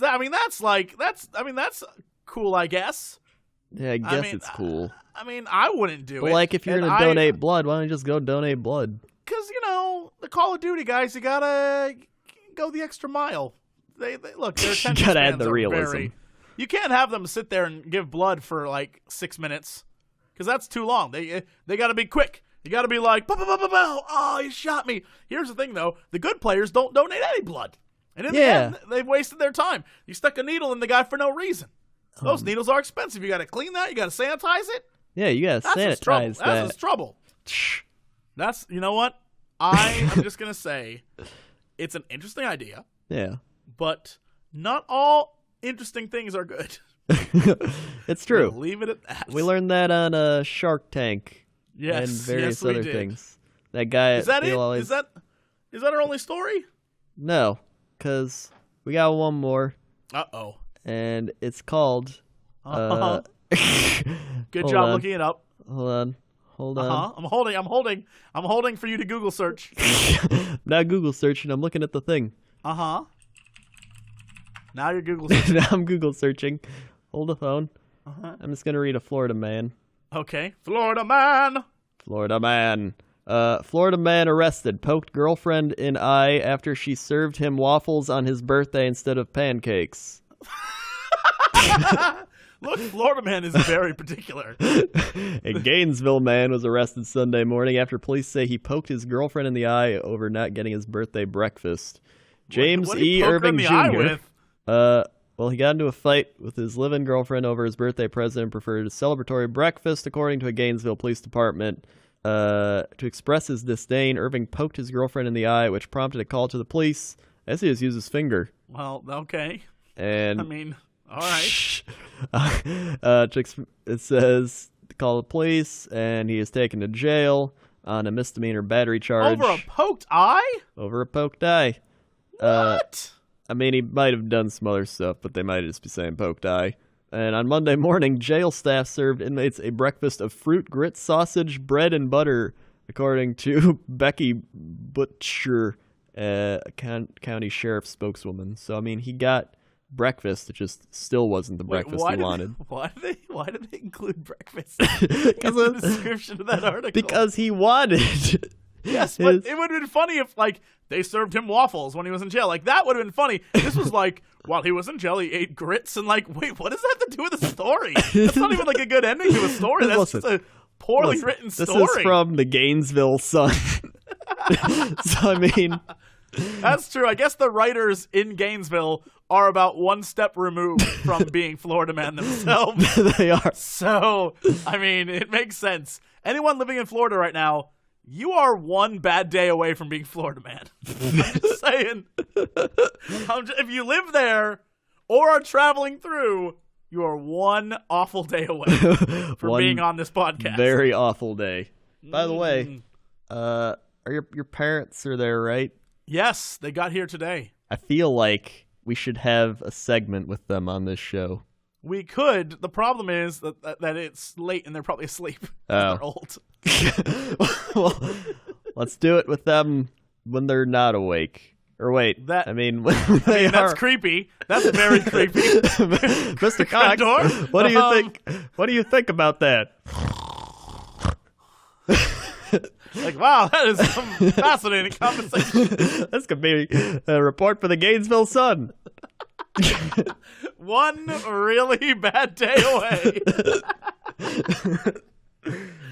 All right. Well, I guess it's time for our big story of the day. What's our big story? What's our big Black Friday story? All right. It is. Well, there's two of them. One's a Florida man story, and one is 17 weird things not to buy on Black Friday or ever.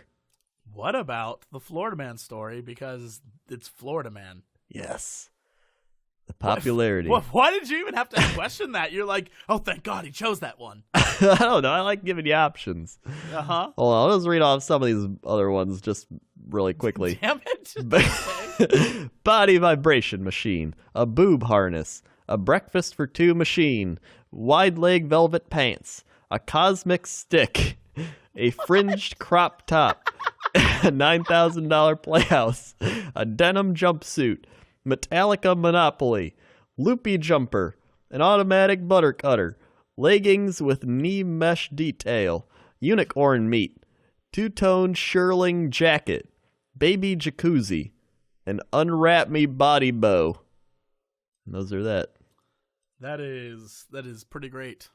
Half those things I think you can get in those crates you can get on the internet. I'm pretty sure. some of those are in crates you get on the internet. So here we go. Florida man gets online to conquer Thanksgiving sales the old way.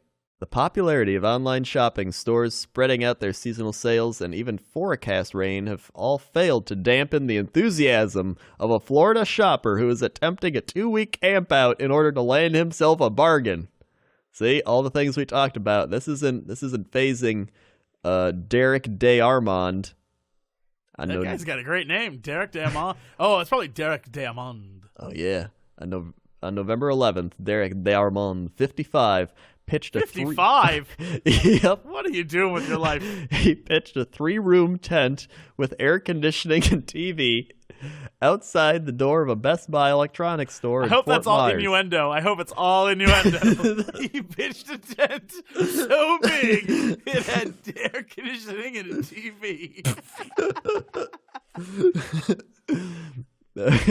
He plans to be the first through the doors when they open for the traditional Thanksgiving sale on Thanksgiving Day itself. Then he plans to give his main purchase to charity. DeArmond has been going to work every day at the local newspaper where he is a press operator. While he does so, a team of friends hold his canvas-covered space in line. To pass the time when online, DeArmond plays dominoes with friends and serves them from a tiki bar he has set up inside his spacious tent. That is amazing. He only goes home to take a shower and use the bathroom. We barbecue every night. We invite people in. We've made new friends, he told the New York Times. Darmon's target is a Doorbusters deal, a 42-inch flat-screen television which will be priced at $199 instead of $800 for the first few shoppers through the door when the Best Buy sale begins. Advanced queuing for Black Friday, the day pre-Christmas sales traditionally begin in the U.S., the day after Thanksgiving, is not unusual, but has become less common in recent years thanks to the boom in online shopping and stores spreading their sales. Everything we talked about. Yep. Many shoppers also dislike the modern phenomenon of stores opening on Thanksgiving itself. Darmon has solved that one too. His family intends to join him in the tent for the traditional meal on Thanksgiving before Best Buy opens at 5 p.m. and he can wade in to buy the television. He intends to donate it to a school. He also has his eye on an iPad that will be selling for $100 off list price. Okay. Uh-huh. I love this guy. Yeah. I think it's pretty cool that he's giving it away to charity. My question is, why? What does he get out of all of this? Like, he's doing this for so long, and just camping, and then he's donating it to... What does he get out of it? That's all I'm asking. What does he get out of it? Yeah, what's he get? I don't even... There's something fishy going on. Something super fishy. Super fishy. We need to dig deep. We need to dig deep into this one. What does he get? Like, okay, what charity is he giving it to? He's trying to draw attention to the charity? And if he's trying to draw attention to the charity, what charity is it? More important, like, what if it's like the childhood KKK center? You never know. It could be. But what if he's doing it for, like a school he used to go to or something, and he's like giving back to the school? What's his motive? That's all I'm saying. What's his motive? Yeah, what's his motive? Wait, because that's a long time. That's a long time. Oh my god, I found pictures of him. Okay. Yeah, see, there we go. I'm gonna link you this article in the New York Times, and there's a slideshow. You can see all his pictures of his tent and everything. Why does he have a giant Rockstar energy drink thing? I don't know. Maybe he got sponsored by them. All right, come on. This guy... I think I figured out why he's doing it. Yeah, I think... He appears to be the kind of guy who he does this stuff because he doesn't want to be old. Yeah. Like, if you look at him, he's got a Rockstar energy drink thing. He's got a Hooters t-shirt on. Yep. He's sitting there peeling bags of oranges, talking to dudes. There's a guy, I don't even know what's going on. Yeah, it's like, I think he just wants the attention, too. He doesn't want to get old, and he loves the attention, and he's just like, just tailgating like a football game, man. Yeah, I mean, here's the crazy thing. I think I've seen stuff like that, like I can't even talk right now, like this at the Best Buy down the street from me. Yeah. Like, I saw a tent. So people are, I mean, this is insane. Like, people understand this is insane, right? It is insane. Like, all he wants to do is he wants to get he says after the one TV, he also intends to buy an iPad Air 2 for $399. Mind you, the $399 iPad Air is a 16 gigabyte one, so it's the cheapest one. What iPad, eventually, I mean, why buy an iPad Air if you're going to get no space on it? That makes no sense. And then a 50-inch Panasonic TV for $199. Yeah. The iPad's a gift for his sons, and he plans to donate the television to a children's hospital for a fundraising raffle. Oh, God, I like him even more now. Oh, wow. But I hate him for doing this. I like him, but I hate him. He said his two sons will be sitting down for the traditional turkey dinner inside the tent. One son will be home from military in Afghanistan. The other is a high school student and is embarrassed and doesn't want any part of this, but will be here for dinner. Here's the question. Where's Mom? I'm about to crack it open, Crendor. Yeah, where's Mom? Mom? To crack it open. He and his wife got a divorce. Yep. And he wants to be the cool dad. That's what it is. That's what it is. He wants to be the cool dad. Because the mom's the one who's like, honey, you have to do your homework. And this is the guy who's like, come chill with me and I'll make you some brews with my Hooters shirt and my awesome Rockstar energy. That's it. We solved it. We solved it. It's pretty easy, to be honest. That was easy. All it did was taking some research and we figured it out. Yep. Crendor, we're very good at this. We are very good. This is why He's the cool dad. He's the cool dad. Yeah. He's like, hey man, I bought you this iPad. Oh my God, we could have made a show called The Cool Dad. Be amazing. It's just this guy who's like really sad. I just want my son to love me. So I have to wear this awful Hooters t-shirt. It could be a sitcom. The Cool Dad coming to CBS this fall. Let's hope it never does. All right. What is going on? What's our big news story of the day? Take us home, buddy. Big news story. We're coming home. I found this mini news story I had to go over first. It's going to be covered in like 1 minute. Burger King brings back the Yumbo sandwich after a 40-year hiatus. Sorry, what is that? The Yumbo? Yes, what is that? It's like Wumbo, but Yumbo. It debuted in 1968, was officially retired in 1974. It'll cost $3.69. Wait, we have never seen this before. This is before both of us. This is before our time. What is this sandwich? This is the Yumbo ham and cheese sandwich. Wait, what? It's a ham and cheese sandwich at Burger King. I'm sorry. Why does Burger King have the worst ideas? They have the worst ideas. Burger King is the Olive Garden of fast food. They're so desperate right now. Olive Garden is like, come in and get your free Americano Italian chili poppers at Olive Garden. Like, what? No wonder no one eats at Olive Garden anymore. What is that? And breadsticks and mediocre salad. Okay, so it's a ham and cheese it's just sandwich. A ham and cheese. It's got some lettuce and some sauce and ham and cheese on a bun. That's it. So why wouldn't you just go to Arby's? If you want to suffer through that, why wouldn't you just go to Arby's? I have no idea. There's a reason why it doesn't exist anymore. It hasn't existed for 40 years. They're so desperate that they're reaching back 40 years in hopes of rejuvenating Burger King. I have not eaten at a Burger King in maybe 7 years. Maybe more. I haven't eaten there in like 2.5 years. No, I ate there once in 2.5 years, and I didn't like it. I can't think, like, there was a time back when I was much younger where I liked the taste of Burger King hamburgers more than McDonald's hamburgers. Yeah. But that was when I was like 13. so I think it's literally been 7 years. I haven't been to a Burger King in so long. Like, I can't remember what Burger King tastes like. It's just got that grill taste to it too. It's like a crappy hamburger, but it's grilled, so it's kind of like And McDonald's, I can say that I've been there recently because I went and got that awful Cox and Crendor. Yeah. So they I can't do another one of those. I don't go to McDonald's. I clearly went and promoted it. So the awfully good Cox and Crendor sandwich. Yeah, I don't know. I mean, I don't go to Arby's. I haven't been to Arby's in maybe 15 years. Wait, and so hold on. RG in the comments has a 26 thumbed up, 0 thumb down thing that says not the same thing. The old Yumbo was just ham and cheese on a large round bun, microwaved, and the taste was wonderful.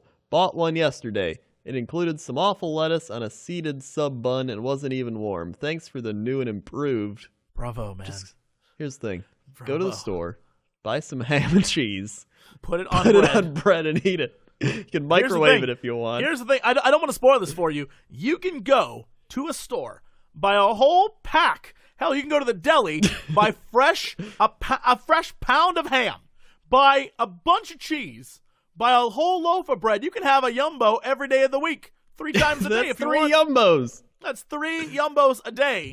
I Yumbo, you Yumbo. For the price of maybe 2 Yumbos. Yeah. I'm just saying. It's like it seems stupid. It does seem stupid. I never got the appeal of ham and cheese anyway. It's just like when I was younger in high school, my friends would always go to a Chinese buffet, and I would never want to go because the first and only time I went with them, the Chinese buffet, half of the buffet was like tater tots and steakums and all sorts of crap that I was like, this isn't Chinese. Macaroni and cheese. Oh yeah, mac and cheese. I was like, they had a frozen yogurt machine. I was like, this is clearly just a buffet where a majority of the food is Chinese food, but the rest of it is still just buffet food. Yeah. I was like, I don't want any of this. It's like, this is a horrible, and I've never been to a Chinese buffet since. That scarred your Chinese buffet. Well, I have no reason to. All Chinese buffets are pretty disgusting. The only ones that are good are like dim sum, but that's not a buffet. That's like they have stuff they bring around in little carts and you get to pick. Aren't those like quality things? Well, yeah, and they're meant for like, and there's stuff that most people would be like, ew, right? Yeah. A lot of it's because it's real food. And it's not like, welcome to the Chinese buffet. Here's your tater tots. The ancient Chinese tater tot. Burger King is the Chinese buffet of fast food. Like, here's the nutrition information for the Yumbo is American cheese, Black Forest ham, lettuce, mayonnaise, toasted hoagie bun. Why would you ever buy that? But it has 1,700 milligrams of sodium? That has to be from the meat. That has to be from a meat. That has to be some, like, super funky meat that is double processed. Like, you could go to any grocery store in the world and get better quality meat than what is ever on that. There's nowhere in the world that is necessary to buy that sandwich. That's like 3 times your daily value of sodium. Look, it's that Yumbo, man. It'd be funny if all the sodium was in the lettuce. That's how we keep it fresh. That's how we keep that lettuce fresh. We salt that. This picture is some guy making the Yumbo, like, oh man, this Yumbo is yummy. Why do they call it the Yumbo? That's not even like... Does it stand for something? Yeah, what the... Yumbo. There's got to be some story behind the Yumbo. Can you wiki the Yumbo? Right, I'm gonna... Yumbo is a small industrial city in Western Colombia. Sure. No. If they say that the Yumbo is named for that city, I feel bad for the citizens of that city. Hold on, there's gotta be Burger King's back. Let's see, Yumbo Burger King wiki. Here we go. Burger King products. It's loading. Here we go. Now we just search for the There is no Yumbo. Not even the Burger King wiki is willing to admit that the Yumbo ever existed. Hold on, I found it. I think I found it. Yumbo is a ham and cheese sandwich. Original. We know that. Introduced by Burger King in 1968, continued on the menu. Wait, this one is poorly written. In December 2014, the sandwich would return to the menu. Yumbo. It doesn't say what it is. No, I don't think anybody knows what the Yumbo is. Like what it stands. It's just a shitty name. It's just a shitty name. Wait, the Yumbo. Here's on their Facebook page. Bring the Yumbo back. It appears that Ravenna Anastasia had a Yumbo.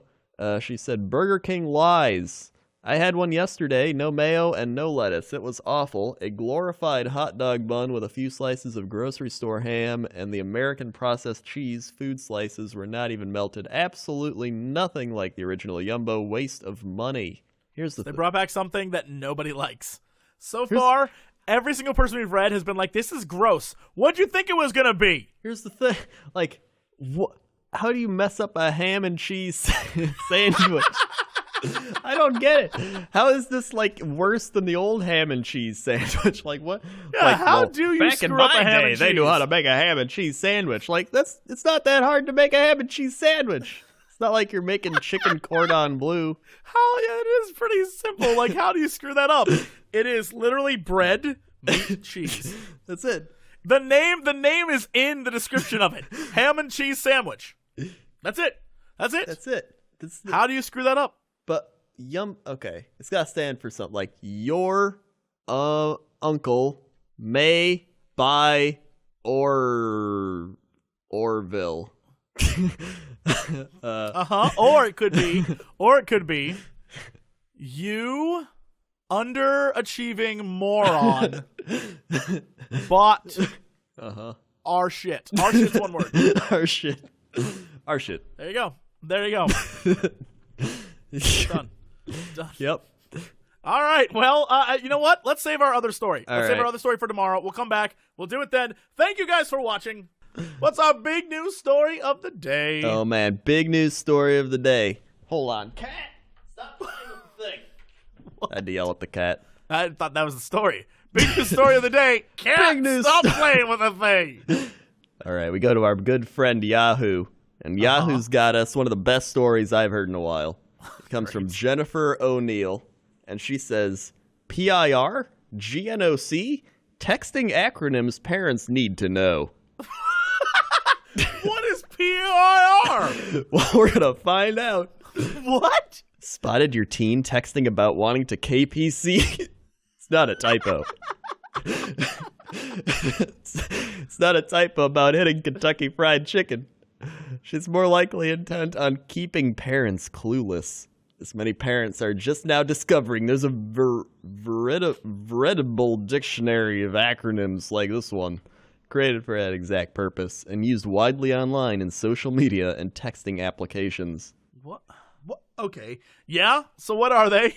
I can't wait to hear these, because it sounds like they don't exist. It sounds like this is one of those things that's like, your kids are doing the MFQ and TZY. Sounds like a hip song. We do the MFQ, TZY.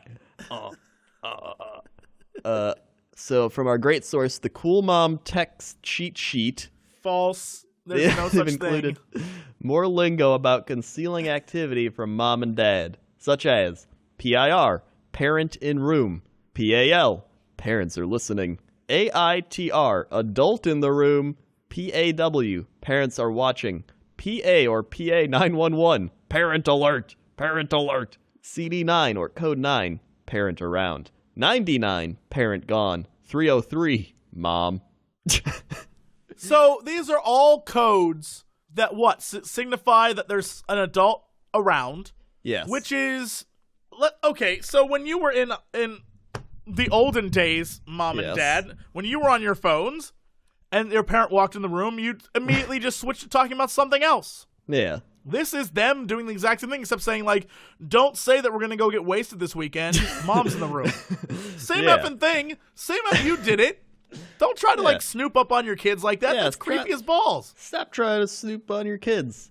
That's like little Timmy would never go doing that. Yeah, little Timmy would. Yeah, if you did it, damn right little Timmy's doing it.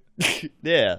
But the above acronyms aren't the most concerning when it comes to teens. Family Online Safety Institute Program Manager Denise DeRosa tells Yahoo Parenting, it's the sex stuff. Yeah, it is, Denise. It's the sex stuff, all right. Okay. And the list of lingo about sexual activity is long, not to mention graphic. Uh-huh. GNOC, get naked on camera. GYPO, get your pants off.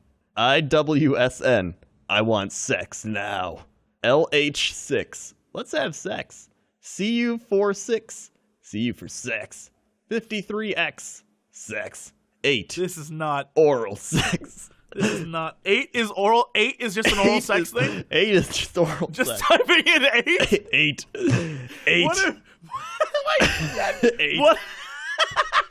Wait. What if it's just like, see you at 8? Oh my God, my baby! What are you doing? What are you doing? I'm seeing her at 8, Mom. I'm just seeing her at 8, Mom. Oh, don't. Going to the Yahoo Parenting. That's not all you're doing at 8.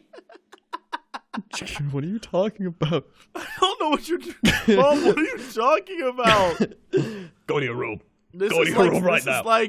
This is like my mom and Oprah in a car. This is like Oprah said, it's okay if you're gay, Jesse. Like, what are you talking about, Mom? Jesse? Are you going to have some 8 tonight? Because if you are, it's okay. Are you going to get some 8? Oprah said it's okay if you get 8.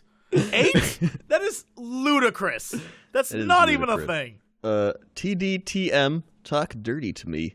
Porn. IPN, I'm posting naked. NIFOC, naked in front of computer. WTTP, want to trade pictures? ? Up sign, want to hook up? NSA, no strings attached. Are you /18? Are you over 18? I, intercourse and inebriation? What the shit? I don't even know what inebriation means. All right, Crendor, I'm not going to lie. I think we've officially become old people. Because I don't... Oh, man. Inebriation's getting drunk. Oh. Oh, you just say we're getting drunk and doing it. Because no kids talk like that. And if kids do talk like that, we are officially old people. Would you like to participate in some intercourse and inebriation, Deborah? Why, yes, I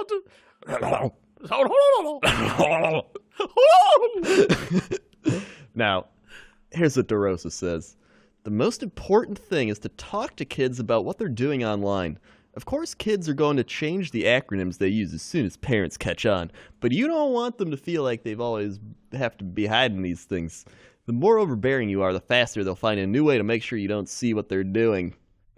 To keep the lines of communication open so that your teen will come to you or a big sister or older cousin to talk before they respond to that first GNOC, let him or her know that you trust them. GNOC. I don't even remember what that was. That I don't know that either. Get naked on camera. Oh, wow. I was close.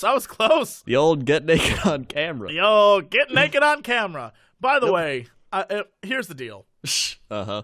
If I had a daughter, I would frown upon her getting naked on camera. Uh-huh. But seeing that I don't have a daughter, if anyone wants to get naked on camera for me, that would be the best. And you'd get mad at her for saying GNOC. Oh, yeah, but if you said that to me, or I said that to you, oh, yeah, no, I'd be pissed. Yeah. So what I'm saying is I am a hypocrite. Uh-huh. And hopefully we'll have a son, because at least that way society says I can let him be a crazy bastard and don't need to worry about him. Yeah. Yeah, daughters though. Woo, Lord, I gotta worry about that. It's like we're a sitcom up in here. Yeah, it's like the sitcom. It's like, hey, you doing that GNOC? I mean, it's okay if you are. Just tell me. And but if you are, Daddy, just don't do it. You're gonna be on one of them prawn sites. No, I would hope that if I had a daughter, she'd be smart enough not to be like. Yeah. She'd be tech savvy. Like anyone, no one should be posting like nude pics of themselves. Look, I've said this before and I'll say it again. When I finally post a dick pic, and trust me, one day I will. Uh-huh. It needs to be the sexiest, well-angled wiener shot the world has ever seen. I want, because different angles. There's the Facebook angle, right? Yeah. All the different angles make you look different ways, right? Yeah. I want to discover the angle that makes my dick look like it's 12 feet long. And just massive. And sparkling. Mm-hmm. Definitely sparkling. And just beautiful. Like a beautiful masterpiece. Master penis is what I want it to be. Yeah. Just beautiful. That's what it'll be called. Then I'll be like, how'd that get on the internet? Oh no. Boom. And it'll be Instagram titled like Masterpiece of the Master Penis. Yep. I'll be like, oh no, what? Who put that online? It's like light sun rays like shining down. Little cherubs drawn in the background. No, who? What? What? It has like the sound. It's like. Hashtag GNOC. Yep. Oh no! What? Who put that online? Someone must have hacked me. Oh, damn North Koreans! They hacked me. Oh, damn North Koreans! Oh man, that's look. One day it'll happen, and when that happens, I want you all to know that I totally put it out there. I faked it. And in North Korea, all the people will be like, "Oh, the Jesse Cox, so very fine man, so big and beautiful." Become a celebrity there. You'll get flown out there. Oh, that sounds great. I hear it's lovely. Yeah, I hear it's lovely. In a sort of end of the world post-apocalyptic dictatorship way. Yeah. Yeah. All right. Well, what is our big news story of the day? Well, since it's the end of the year, I went out and found us a good article. Oh boy.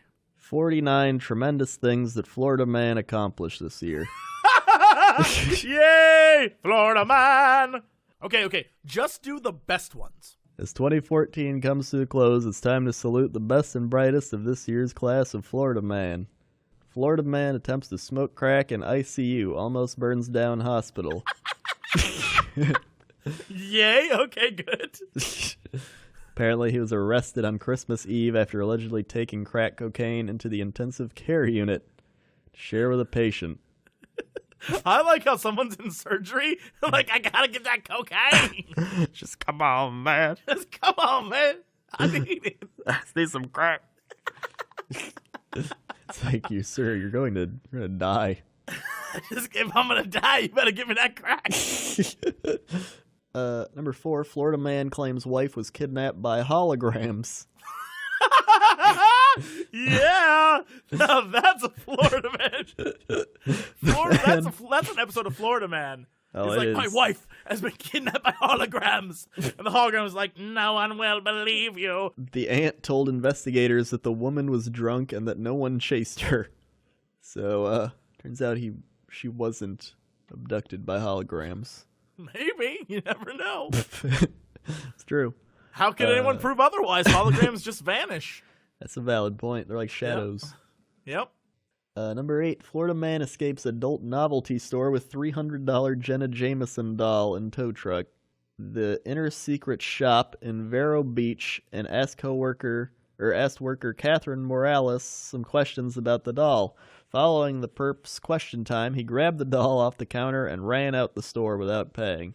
I want to know what those questions were, because I imagine they were creepy as shit. It's like, does this doll feel like a woman? Like, how much can I do to the doll? Like, does her mouth feel like a real mouth? Like, can I poke it? No, you're wrong. You're wrong. He wouldn't have said that. He's a creep. He would have been like, does her mouth feel like your mouth feels? That's a valid point. Like, that's what a creep would have said. People. Yes, that's what a creep would have said. Yeah. Florida man calls 911 to check his tax return. What? I need help. I mean, it makes sense. I'm trying to think like Florida people. It makes sense that you would call 911 because that's who you call for help, right? That's true. And he needed help with his tax return. Wait, when deputies arrived, he was still on the phone. He said he was, quote, messed up. No shit. Deputies asked why he called 911. He said it was to check on his tax return, the arrest report states. Number 16. Florida man convicted of burying ex-reporter in concrete for his Magic the Gathering collection. Again, thinking like a Florida person, it makes sense. Yeah, he just Han Solo'd him. Yeah, I mean, concrete, carbonite, same thing. Yeah. It's Florida. He probably can't read anyway. He's like, see, carbonite? Carbonite? That's from Star Wars. And he just buried the guy. He's like, I'll let him out in a few days. So bad he stole my Magic the Goonies collection. I'll show him. Yep.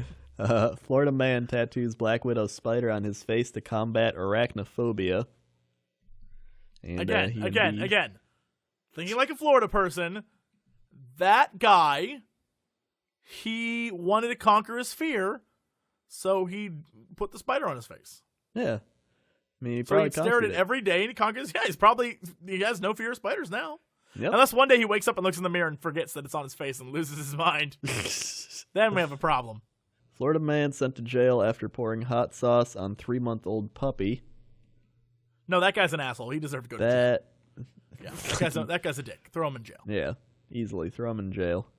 Although, thinking from a Florida perspective, he could have been high and probably wanted a hot dog and thought, if I put this sauce on a dog, that's how I make a hot dog.